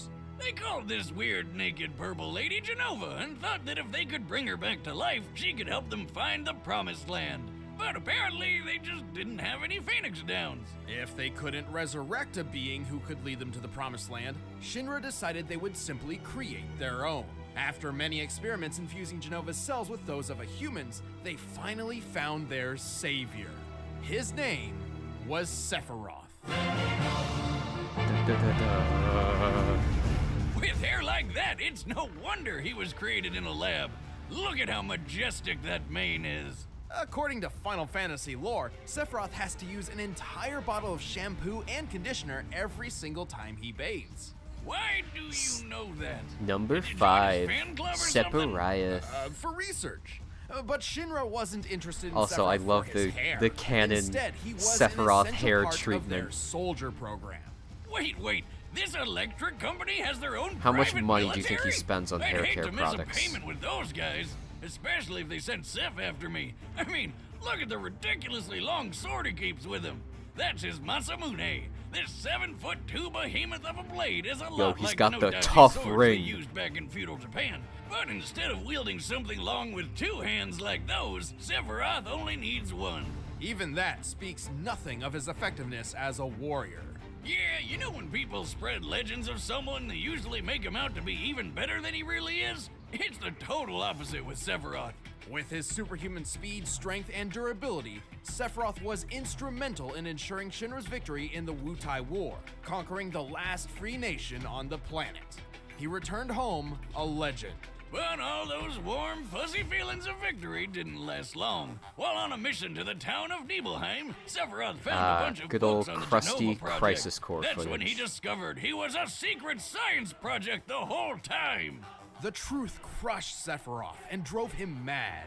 In a rage, he annihilated Nibelheim, but was stopped by a mercenary named Cloud Strife. Sephiroth was impaled by the Buster Sword and fell to his death. Oh, well, that's disappointing. Which is what I would have said if Sephiroth hadn't dropped into a hole in the ground that led him to the giant Windows screensaver called the life stream. The life That was stream awfully is a convenient buried for him. river of energy which basically maintains life across the planet. Normally, merging with the life stream is the equivalent of entering the afterlife, but not for Sephiroth. And this is where things get weird, so buckle up. Still conscious, Sephiroth's essence floated through the life stream for years until he absorbed enough energy to rebuild his body. With the energy of the life stream, he could control other beings with Jenova's cells. Including the corpse of Jenova, who he manipulated like a puppet and disguised as himself. She's got like an eyeball nipple or That's something. his mom? Who would do that to their own mom? I mean, I know she's a genocidal alien monster, but come on. Probably makes a good breakfast. But Sephiroth's descent into the life stream offered him even more. It transformed him from a mere super soldier into the most dangerous being on the planet. He's strong enough to throw a man hundreds of feet skyward, move at supersonic speeds. He's got and one withstand wing, brutal it's stab really wounds through cool. vital organs. He's got illusion powers that can trick people by creating an entirely fake scenario. He can lift people with his mind, including himself, and then he can just fly. That's how it works, right? Additionally, Sephiroth can cast magic thanks to his on-hand materia. Materia is crystallized life energy which grants different powers according to the type of materia used. This lets Sephi attack with fire, lightning, ice, and earth-based magic. He can block attacks with barrier and reflect, and heal himself with cure and regen. And ever since jumping into the life stream, he's had unlimited access to his magical powers. With his new godlike abilities, Sephiroth began a plan to stop mankind from drying up the planet's life force. That doesn't sound so scary. Does that mean he's an environmentalist, or...? But to do this, he decided to use black materia to summon a giant meteor to destroy the planet and absorb all of its life energy for himself. So like an opposite environmentalist, a planet vampire. I mean, we're talking about a guy Planet who kicked a dude vampire's through solid so concrete, badass. murdered the crap out of a 30-foot serpent with a spike through the face, and tanked Sephiroth a dragon's did this. flamethrower attack without even getting a teensy bit hurt. A particularly impressive feat considering this attack was capable of one-shotting fellow soldier Zag Fair. Wiz, you may need to up your prescription, because that's definitely Cloud. No. Cloud was just recalling false memories there. It was really Zack. However, it was Cloud who impaled Sephiroth pre-livestream with the Buster Sword. And holy God, is it huge! It's like 2 feet wide! You'd think a stab from that thing would just cut him in half. But Seph just kind of shook it off. And in his rematch with Cloud, he blocked an attack strong enough to crater the metal around him. Considering the Sephiroth diameter was of the nowhere crater, the near his surface full area of power in Sephiroth's Advent feet, and Children. assuming the most likely steel composition, Jesus. I estimate this attack to equal nearly 1,600 tons of force. Sephiroth can use that wicked sword to stab and lift wannabe heroes by their ribcage, slice through skyscrapers, and shoot energy beams that can shred these huge Mako cannons. And from the live stream, Sephi figured out he could create new bodies or even take on other forms. These forms greatly resemble certain creatures found in Christian and Jewish mythology. He certainly looks the part when he goes into his ultimate form. Regardless, Sephiroth does possess a single black wing, a blatant symbol of his fall from grace. So basically, Final Fantasy does everything it can to not be subtle. Just like Sephiroth's most devastating attack, Supernova, which decimates an entire solar system. Wait, if Seph is that powerful, how does anyone ever beat him? Don't get the wrong idea here. There's a lot of debate over how Supernova actually works, but I think it's pretty clear that Sephiroth isn't creating the explosion himself. Rather, he's transporting his foes to a specific point in time within an alternate dimension. Careful, Wiz, don't sell him short. Just look at it. When he uses the attack, reality literally crumbles away like glass. This is identical to the animation for certain summoned creatures. According to the official Crisis Core Complete Guide, summons draw their I like targets this into their own explanation for space in order to Supernova. attack. It makes and this sense. Is no different. In the Dissidia fighting games, Sephiroth goes for the simple approach and opens a dimensional hole to the explosion. The attack is even described as sending destruction even into other dimensions. And if he could summon planet-busting meteors at will, why did he go through so much trouble to get the Black Materia, which literally summons meteors? That would explain why the supernova doesn't hurt him. He's not really there, just using those illusion powers of his. With all these powers, I can't believe video Cloud and friends games. were able to take him down. He's not invincible, but he's damn powerful. Ever persistent, Sephiroth departed Yeah, that makes with a sense. final, chilling promise. I will never be a memory. Why does he sound so bored? Bye, Sephiroth. Anyway, other cool guy 2,000 time. years ago, a great mutiny transpired in the underworld. The demon warrior Sparta rebelled against his evil master, Mundus. To protect the world, Sparta did his best to seal the connection between Hell and Earth. But then Sparta got lonely, or maybe it was just a sausage fest in there. Either way, he snuck out of hell long enough to knock up this chick named Eva, and she popped out a couple of awesome demon slayers. Nice choice. You may remember the younger of the two, Dante. Oh yeah, he fought that witch chick with the hair. But the eldest and potentially deadliest brother was the one and only Virgil. Virgil and Dante were rivals from birth. Dante was a goofball, Virgil was serious. Dante hated his being a demon, and Virgil loved it. It's that classic odd couple scenario. But then one fateful day, in an act of vengeance against the late Sparta, a group of rogue demons separated the two brothers and killed their mother. Virgil was believed to be dead. But in reality, Virgil survived and set out on his own path to seek his father's immense power for himself. Was once And he's robbed after 100% losing a equipped to be drinking a game. butt-kicking demon Poor slayer just Sephiroth. like his pops. As a half-demon, Virgil can jump several times his own height, move at supersonic speeds, and heal himself quickly, kind of like that Wolverine guy. He can tough out getting stabbed through the lungs, intestines, the heart, body parts I'm pretty sure most people need. Not if my experiment has anything to say about it. You say something, Wiz? I said not if Virgil's abilities have anything to say about it. Well, sadly, for any human demon or human demon who gets in his way, Virgil also happens to carry some extra deadly weapons on hand, including a spiffy katana called Tomato. Yamato. It's said that this sword can cut through anything, even dimensions, and probably tomatoes. Actually, Yamato is the exact thing Sparta used to seal hell from Earth in the first place. Virgil's sword-fighting prowess draws from his Dark Slayer fighting style, which emphasizes teleportation, lightning-quick movements, and even quicker slashes straight from the sheath. This technique is directly influenced by Iaijutsu, Such an edgy the name real-life for a Japanese fighting art style. of the quick draw.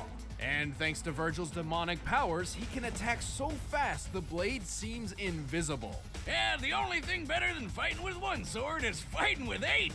With Virgil's ghostly summoned swords, he can turn himself into a living Beyblade, fire them like a machine gun, or make it rain! Blades may be Virgil's bread and butter, but if he needs to focus on brute strength, he switches to Beowulf. He can charge up blink of an eye punches and kicks that hit like a cement truck made of lead and KO some of the toughest demons in just a few hits. And hey, looks like he digs Street Fighter. There's one more trick up Virgil's sleeve. Thanks to his demon blood, he can access a form known as Devil Trigger. And this mode amplifies everything. His strength, speed, and healing all get a huge boost, making him several times deadlier than before. Plus, he just looks badass. In his quest to become as powerful as his father, Virgil's abilities skyrocketed. He's taken down dozens of demons in the blink of an eye, and escaped an illusion from the sorcerer Arkham, which makes normal people go crazy. But if anything's gonna show off what a son of Sparta can really do, it's pitting him against his bro. Sure, Virgil can easily avoid Dante's bullets, but why dodge them when you can spin your sword, line them all up, and fire them back? Like a boss. In the same battle, they briefly created a 12-foot diameter open space in a heavy rainstorm with nothing but their sword swings. On average, storms can fill a cubic foot space with as many as 30 raindrops. So, Virgil and Dante must have destroyed 108,000 raindrops in less than a second. Virgil's such a cool, like, concept for a character. Killing, mowing lawns, or chopping meat at the deli, or giving haircuts, or doing that thing where he chops bad guys to pieces so fast they don't even realize they're dead yet. Like when he fought Beowulf. The monster, not the weapon. And then he punched him so hard he flew 55 feet up and hit the ceiling. When comparing Beowulf's size to Virgil, he appears to be as large as an elephant. Given what's available, this seems like our best measure of Virgil's strength. Virgil is like the Devil May Cry series makes like frequent action use of game slow rival motion to depict the character. absurdity of these characters, and this could be a similar case. So let's look at another slow-mo feat, the rainstorm fight. At one point, the rain freezes in place for about 2.5 seconds as Virgil and Dante keep moving, indicating a 14,500% speed increase in real time. Applying the same degree to the Beowulf punch gives us an acceleration speed of about 4,882 feet per second. With that in mind, we can apply our previous data to deduce the maximum height sans ceiling, and determine Virgil's striking strength to be nearly 720 million newtons of force. That's a lot! It matches Virgil's incredible toughness, too. We already mentioned his super healing factor, but it's even more overpowered than you think. Virgil once got completely cut in half, but healed so fast that it's impossible to even notice.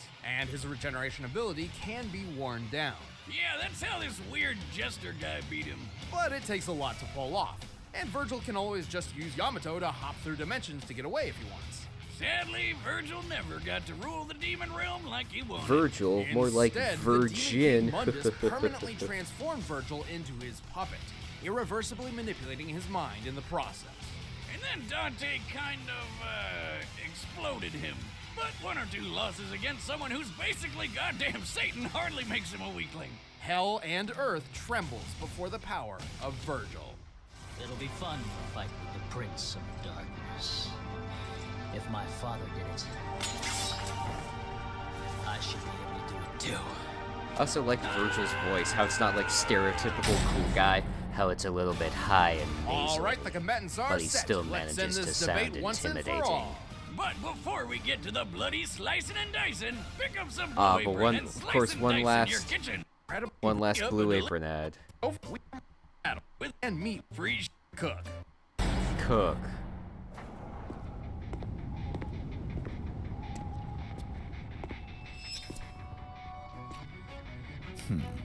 You are powerful. Virgil looks a little wide, but Who are you? Your despair.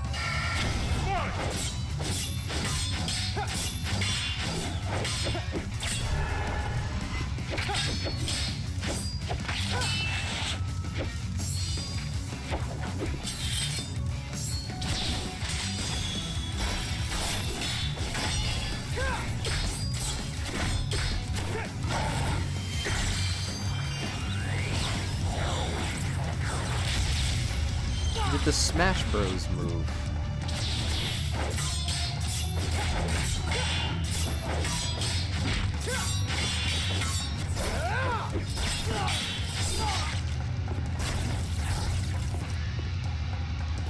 Okay, you're strong. But are you fast enough?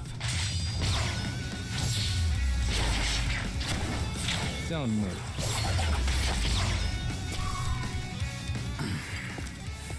I suppose it can't be helped. There's the wing. Shadow clone jutsu.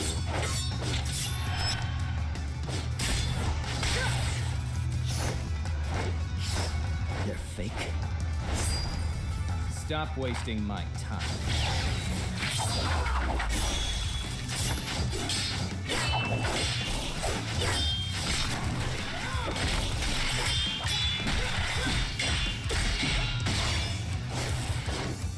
You're going down. Yeah, the summoned swords. And then he does Chun-Li's super to Sephiroth.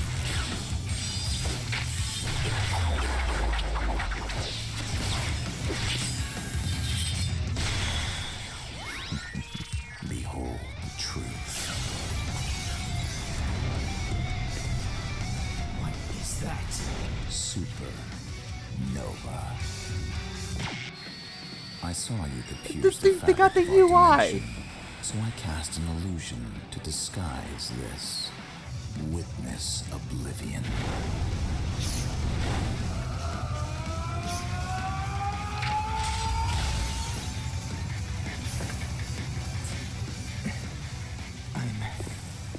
Free.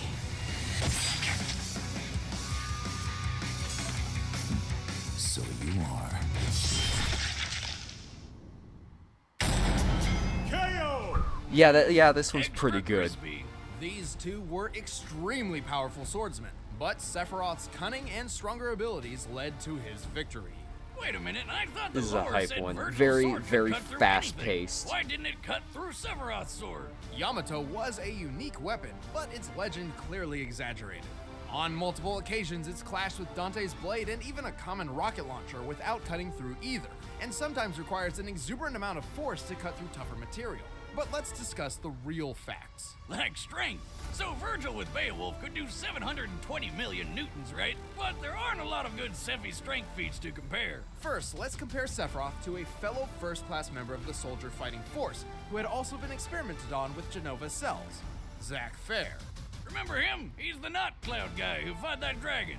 At his peak, Zack could cut through a large metal door with one swing, seemingly with most of his strength. Big door. Given the size and width of the door, this feat's sheer strength comes out to 980 million newtons. And Seph was way stronger than Zack. In fact, if we look at their strength stats when they fought that dragon, Sephiroth was 3.5 times stronger than Zack, putting Sephiroth's strength output at over 3 billion newtons. That's almost as much force as 30 Hiroshima bombs.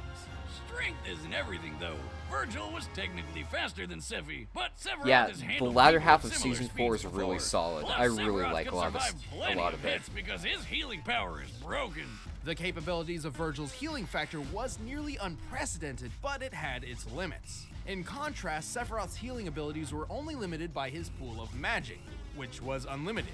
Well, he also had to take some time to cast each healing spell, but that's why he distracted Virgil with his illusions. We know Virgil was susceptible to illusionary and mental attacks, as it's happened to him multiple times and even led to his in-canon demise. And Sephiroth's illusions could hide his ultimate technique. Yeah, Virgil's healing was pretty awesome, but it was never gonna hold up under an exploding sun to the face.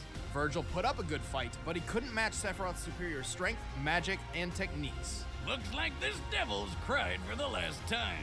The winner is Sephiroth. Yeah, that's season 4. It was a pretty good one. Fight music for this episode of A lot Death better Battle, than just click the link in season the description 3. and you can pick it up on iTunes. I You would can get say. music from Thor vs. Wonder Woman, Naruto vs. Ichigo, a bunch of death battles. And if you want exclusive commentary on this episode, then click that box right over there in the corner. Thank you so much for joining us for Death Battle Season 4. We're And, excited to show you some awesome episodes next year in Season 5. Yeah, next is season 5. I don't think they reveal anything here. Nah. But yeah, so let's let's go the tier list and update real quick before we end things off. So, right away, I'm gonna say Lucario versus Renamon is on the lower end of things, probably like there. And I think I'll put Batman versus Spider-Man there. Tier list is getting very annoying to navigate because it's just gonna get more annoying. Don't worry. I might rearrange it like off stream so that the seasons go in like reverse order. So it's season 1 up here, then 2, then 3. But we'll see. Barog versus TJ combo is probably my favorite episode of the season. I think I like it a bit more than the Megazord versus Voltron. Naruto versus Ichigo, also very good. Probably, yeah. Smokey versus McGruff. I'm not sure how to rank this one. I think that feels right to me, putting it right there. Let's see. Virgil versus Sephiroth. Probably there. Yeah, it's really good. It's so hard to rank though, cause the fight itself isn't really. There's not much that happens in it. It's just I don't know. It's fun cartoon antics, and the analysis is really good. Let me finish putting the rest of the episodes on. Thor versus Wonder Woman is okay, probably right there. And Shredder versus Silver Samurai, I think I'm gonna put right above Naruto versus Ichigo. Do I want to move Smokey versus McGruff up at all? No, I think it's good where it is. Keep in mind, the competition is really, really fierce. Still a great episode, just falls a little short for me compared to the others. Alright, so yeah, that was it for this evening. Next time we do this, we're going to be moving on to Season 5. So look forward to that. We're almost halfway through in terms of the season ranking. Although I think we're probably about halfway through in terms of episode count. Oh, yeah. Yeah, we're definitely like... not quite. Almost there. Yeah, it's probably not better than Virgil Roth. Oh, no. So you can like come up with like ship names, quote unquote, for the episodes. But yeah, this has been really fun. Thank you everyone for coming out. I hope you enjoyed it as much as I did.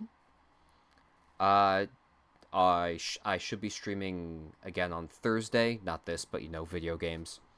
And then next Sunday we'll do more Death Battle. So yeah, thank you for coming out. Hope you enjoyed and have a good night. Take care.